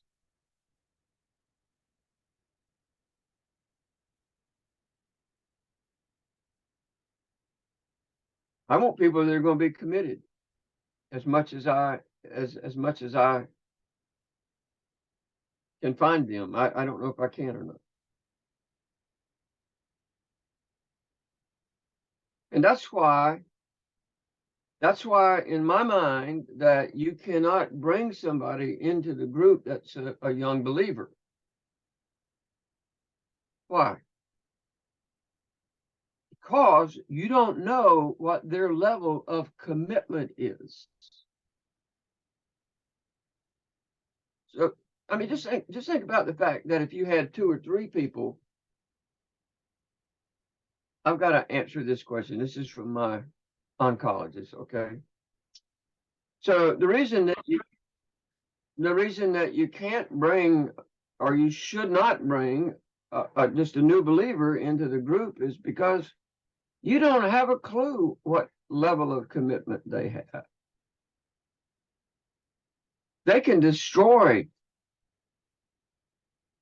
They can destroy the confidentiality, the intimacy, the accountability. They can destroy it. You could just have somebody open up one time, and next thing you know, you don't know what's being shared out there. And if you don't have those 3 things, if you don't have the confidentiality, the intimacy, and the accountability, you cannot have a discipleship group. You cannot have it. It's a pipe dream. And I think that you can have to absolutely add to that. You can't have it without commitment. This is maybe the most serious thing that we do in the church.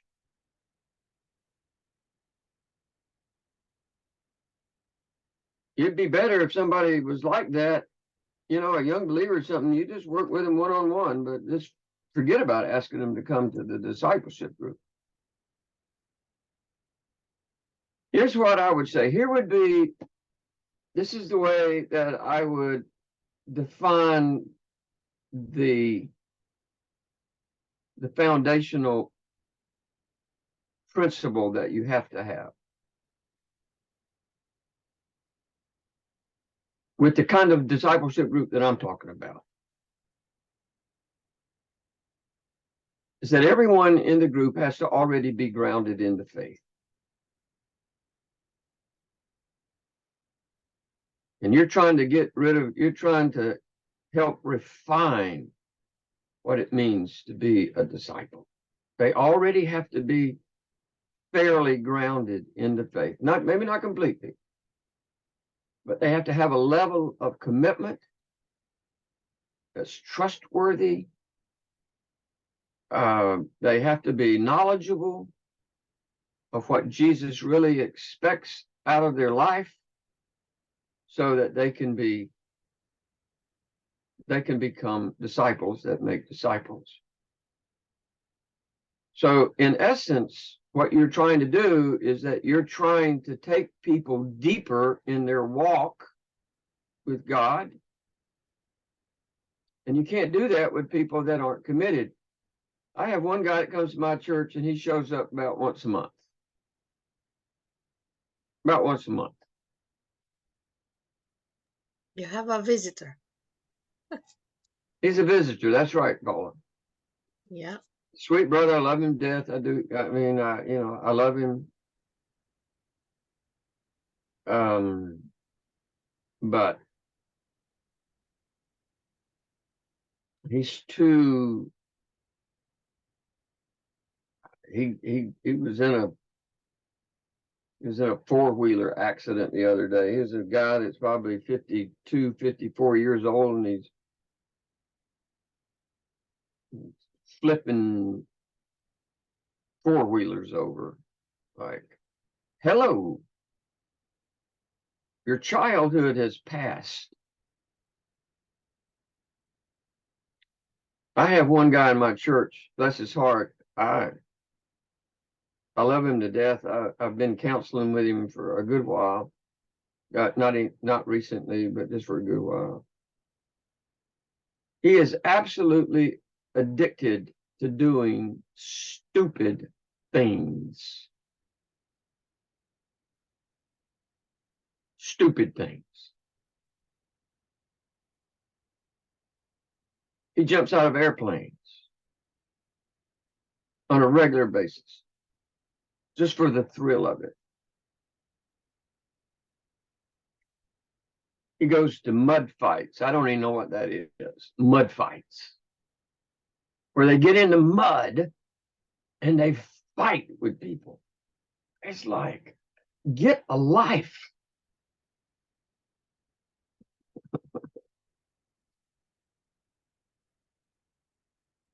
He goes to these paintball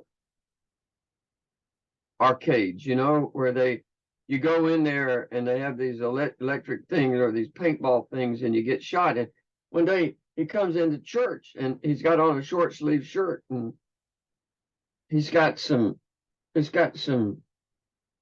bruises up on his neck and on his arm. I said, brother, I said, what happened to you? You got a wreck or something? He said, no, man, we was out doing paintball.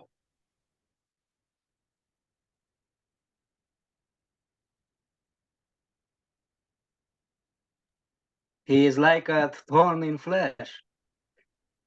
I'm telling you. I can just see Jesus right now.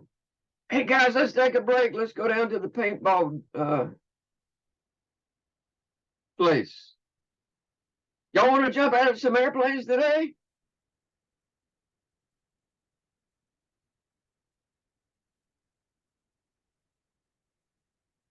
The answer is no.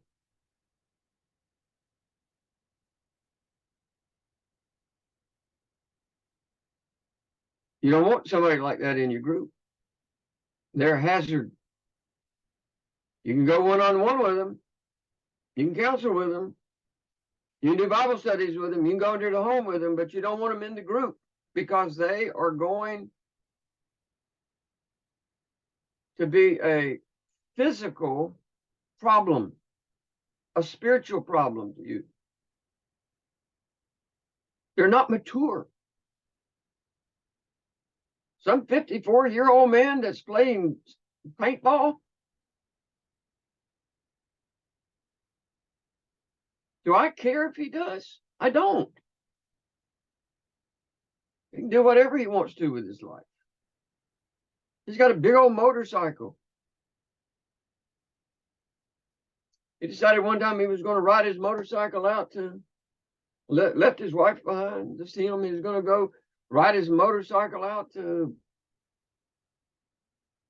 Arkansas or Kansas City or somewhere like that.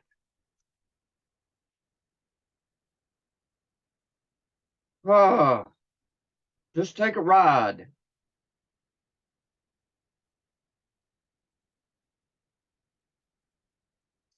Everybody listen to me. We're talking about real Christianity.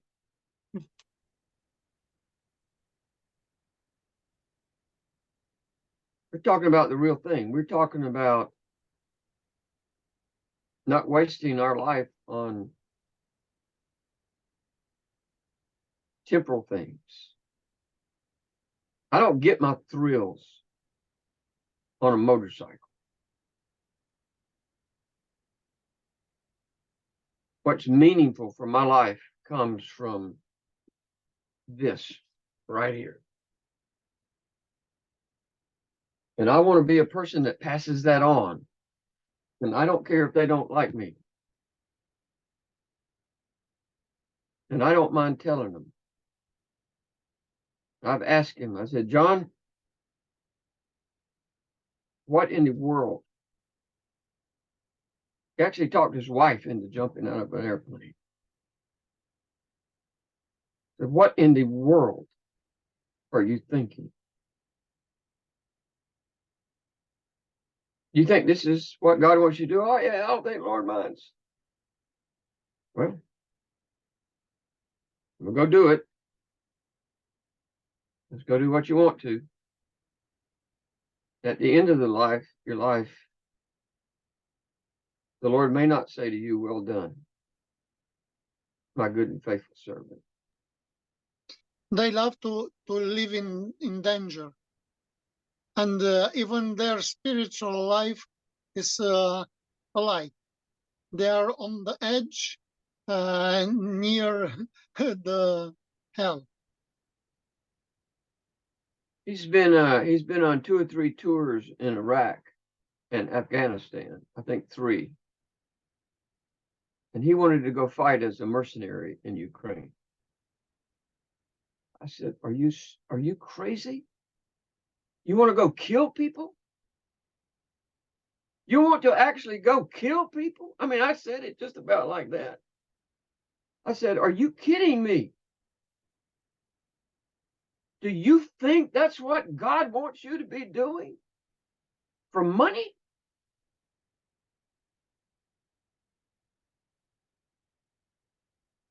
He doesn't talk to me a lot.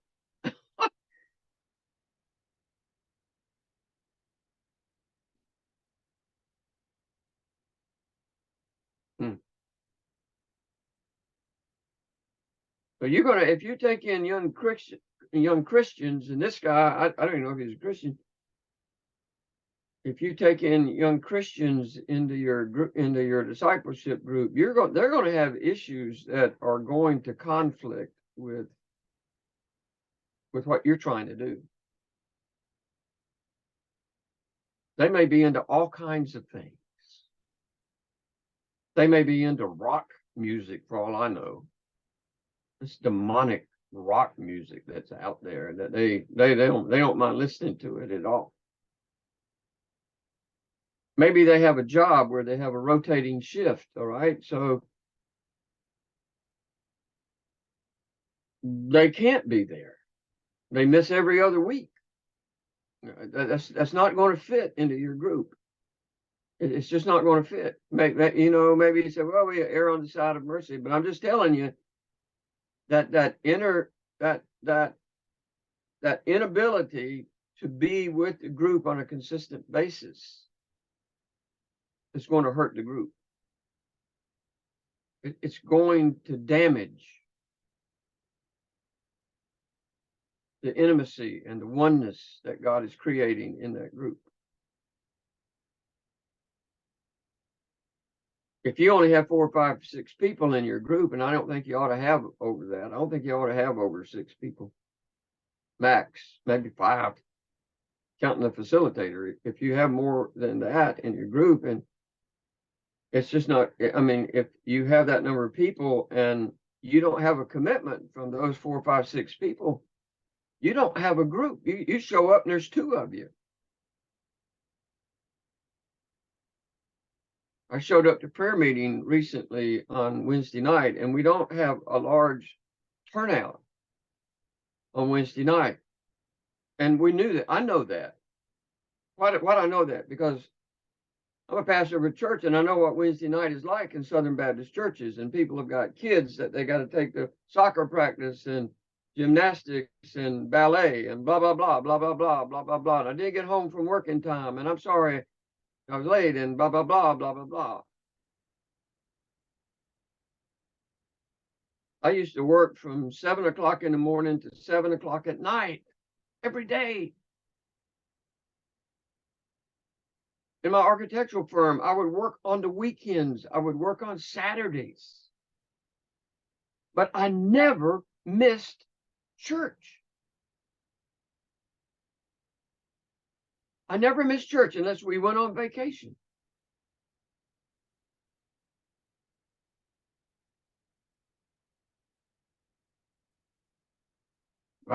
We just didn't miss church. I didn't miss church for work. I would leave on Wednesday night. Our church started at 6:30, and I normally didn't get off to 7. And I literally would leave work at about 7 o'clock. Everybody else left at 4:30. But I'm not going to miss church. Of course, I'm the pastor, right? So, but it wouldn't have mattered. It just would not have mattered where I was. I wasn't going to miss church, and I wanted my family to be with me. You understand what I'm trying to say? Everybody understand what I'm trying to say? You've got to be looking for the right kind of person. What if it's only 2 of you? It's okay.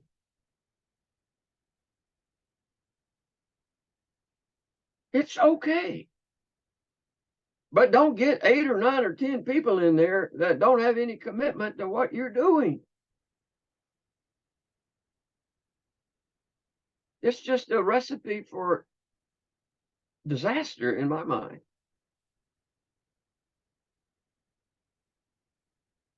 There's some people that have a small growing family, right? They've got young kids, and the mother's worn out during the day. And if you, I have guys that we talked about asking, we did ask to come to the discipleship group, and this was what they told me. Okay, remember what I just said, that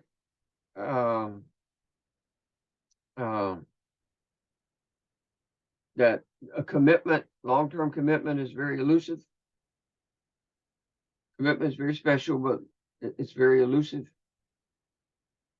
And this is what they told me. They said, Saturday's my only day off.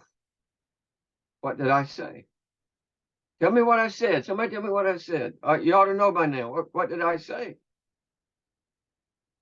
He's the best. When One you are word. free, he's the best. Great, great, great. Did I try to talk them in to being in the discipleship group?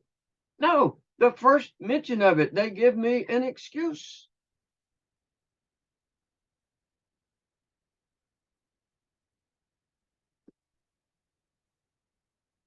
So you don't want to force this at all. I would say it could be anything that is going to serve as an interruption. Or we lost Marcel. It could be Marcel, where Marcel got raptured. I just kidding. It has some problems with computer. I saw that it was the image was turned. Yeah, I saw that. He was kind of sideways there for a minute there. You with us? Yeah. So We need a commitment with God before we have a commitment with each other. That's the important thing. The commitment stretches across a long line of things. All right? It's not just a commitment to God. It's a commitment to God's word. It's a commitment to God's people. It's a commitment to the work of God. Yeah. It's a commitment. Listen, if you go through the New Testament and just a few examples we have of where Jesus said, this is what it means to be a disciple, every time it involved this deep-rooted, deep-seated commitment. Let somebody else do that. Let somebody else bury the dead. You come follow me. Well, this is my only day off. Well, it's a lot of people's only day off. Listen, we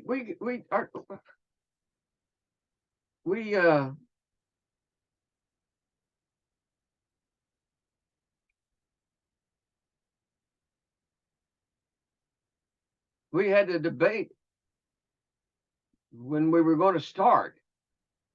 Too early, too late. You know, we finally got to 9 o'clock. I was okay with that. It's fine. I'd rather start earlier because I get up early anyway. I'd rather start earlier so that I do have more of my day. Saturday's an incredibly busy day for me. I text all of you. Everybody I'm looking at, I text you. I write you something. I pray for you. It takes me about 4 hours, anywhere from 3 to 4 hours to get through texting. It's not a light thing for me. If I don't text you, it's because it's not because I don't want to, it's because I ran out of time. Maybe I wasn't finished completely studying, and I'm gonna put that first. I have a long weekend this weekend. And it starts tonight. It starts right after I get out of this meeting here, which is in 9 minutes. And I don't get home until about almost 10 o'clock. And we have discipleship group in the morning that begins for me at me getting up at 6:30. I'm committed to it. Right? So let me say it in a different way, right? Listen to what I'm going to say. The standards of this group are very high. They're very high, and you cannot compromise on the standards of the group. I remember, when you study about the rich young ruler that came to Jesus, and Jesus just said, this is the one thing I want you to do, whatever it is here. Why don't you take what you got, go sell it, give it to the poor, come follow me. You'll be okay. Now, right now, today, do you think looking back on that bad decision that he made, that he would have preferred to do what Jesus asked him to do?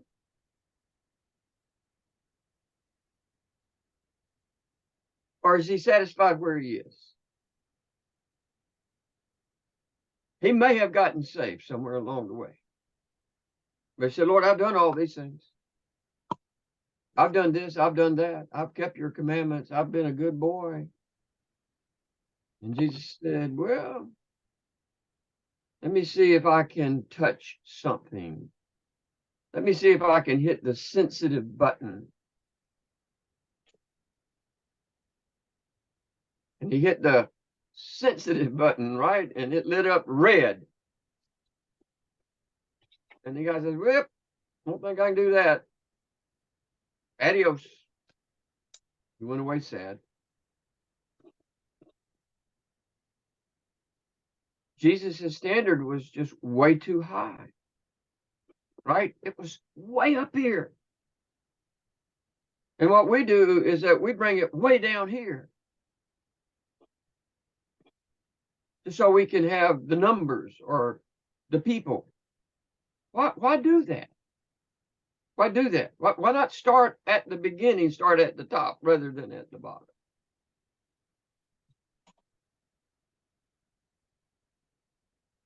And I don't think that everybody's going to be able to accept that level of commitment and that level of loyalty that's actually demanded in a discipleship group.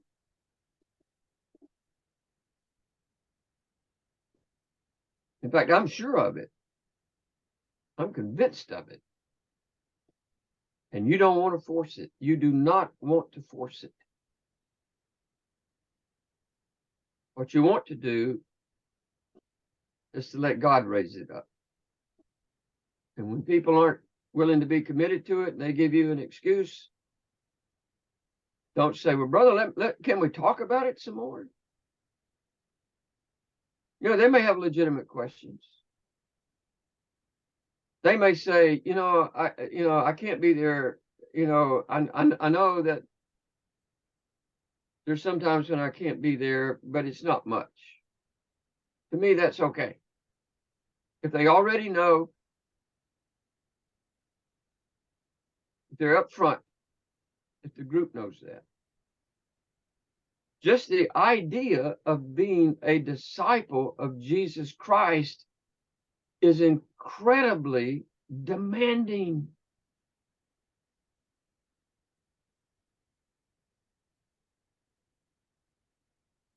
It's greater than demanding. It's huge. It's big. It's enormous. And it's very intentional. I know a lot of people that have started out great, but in just a short time, they begin to develop reasons why they could not come to the group. I mentioned to you one brother that really needed to be in the group. He's a sweet brother, but he's addicted to watching TV late at night. He watches sci-fi movies. He lasted about 3 weeks. 3 weeks. That's a bad mistake on my part. That was a really bad mistake on my part. I know people who are late to anything they are attending. They're the last ones to show up for a church service. Right? They're always late. They're always the last ones. Some people are not dependable. They'll tell you that they're going to do something for you and they don't do it. Just like cutting the grass down at the church, right? They sign up on a card on a sheet that we have on the refrigerator at the church. This is the schedule. You said that you're going to do this, and you get to church and they just by doggone it, they forgot. They didn't write it down anywhere. They didn't put it on their phone to remind them. you're just not sure that you can depend on them. Is that a good fit for the group? Yes or no? Not really. You can chance it, but you'll slow the group down. Man, I would rather be with 2 or 3 men that are really committed, know how to pray, that their heart's in the right place, and 25 men that are half committed, late, and have a lot of excuses.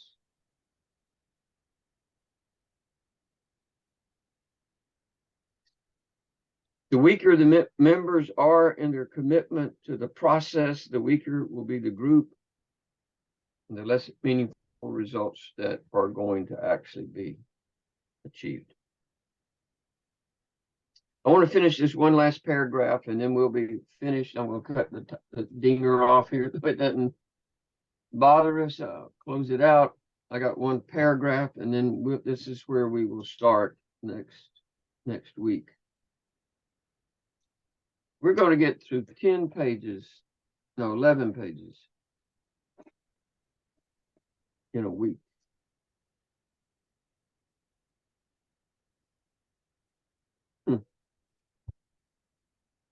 So one area that's important to understand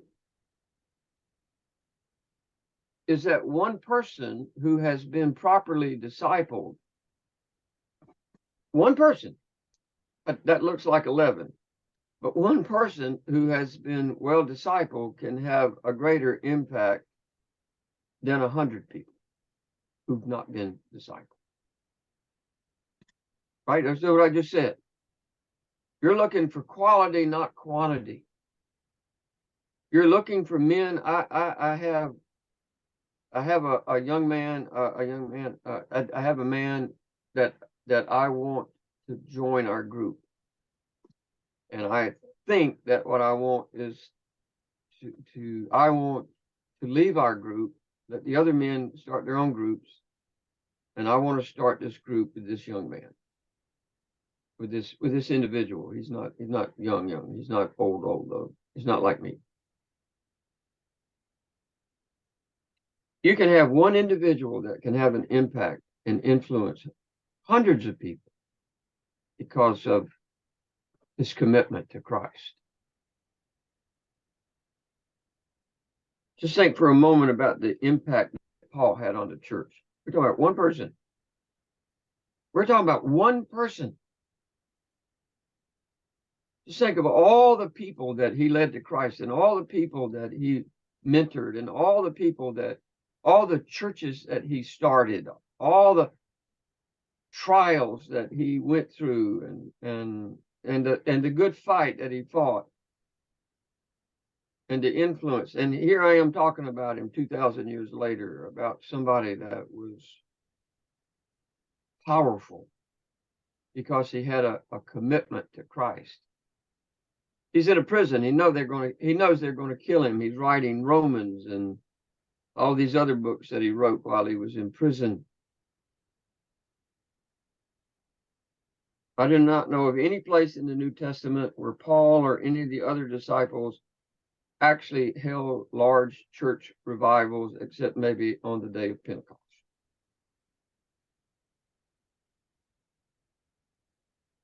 I just don't see it.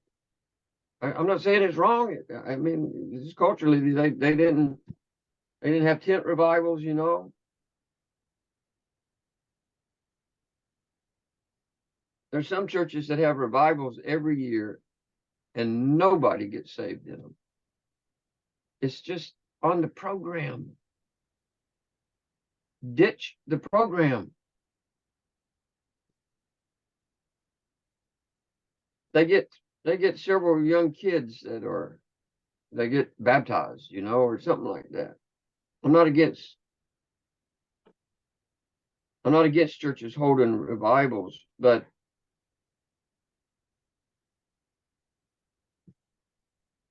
I don't see that there's a clear path forward for the New Testament church in the 20th century based on the New Testament teaching on that. To me, revival is something that God creates because believers get together and know how to pray. It just happens. We've been experiencing revival here in the United States now for probably a couple months with what happened at Asbury College. And it's spread, and I see stuff almost every day. It's continuing on college campuses and out in the streets, and in it was happening the other day in Dallas. Hundreds and hundreds of people were out just worshiping God, praising God. I don't know how long it'll go on.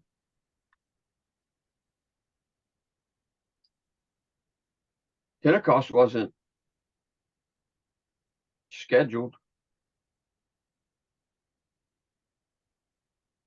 right?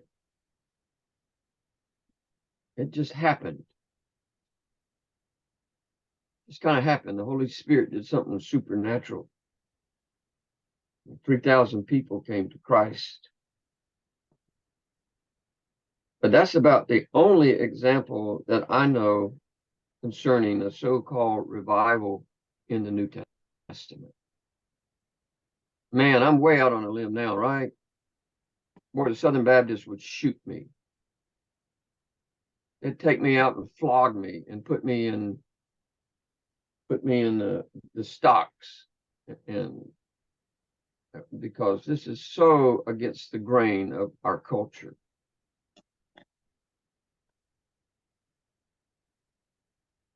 Historically, there have always been periods of great revival. Historically, right? If you go back and you do the research, there have always been periods of revival.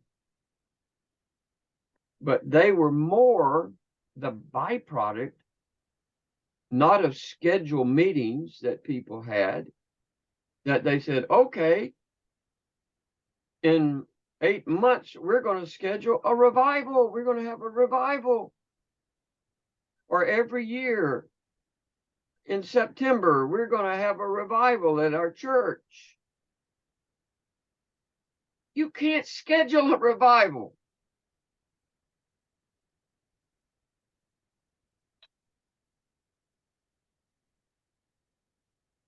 You can't schedule God to show up.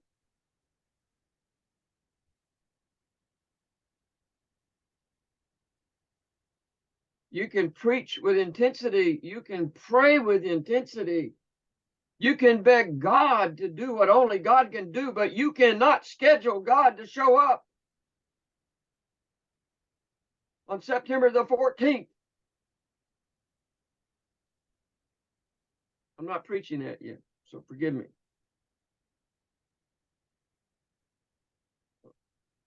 There have been great revivals throughout history. But most all of them started with great preaching and great prayer. And it just happened spontaneously.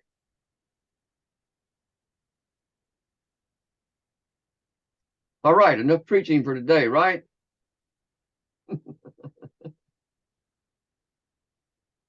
Enough preaching for today. All right, well, I'm done.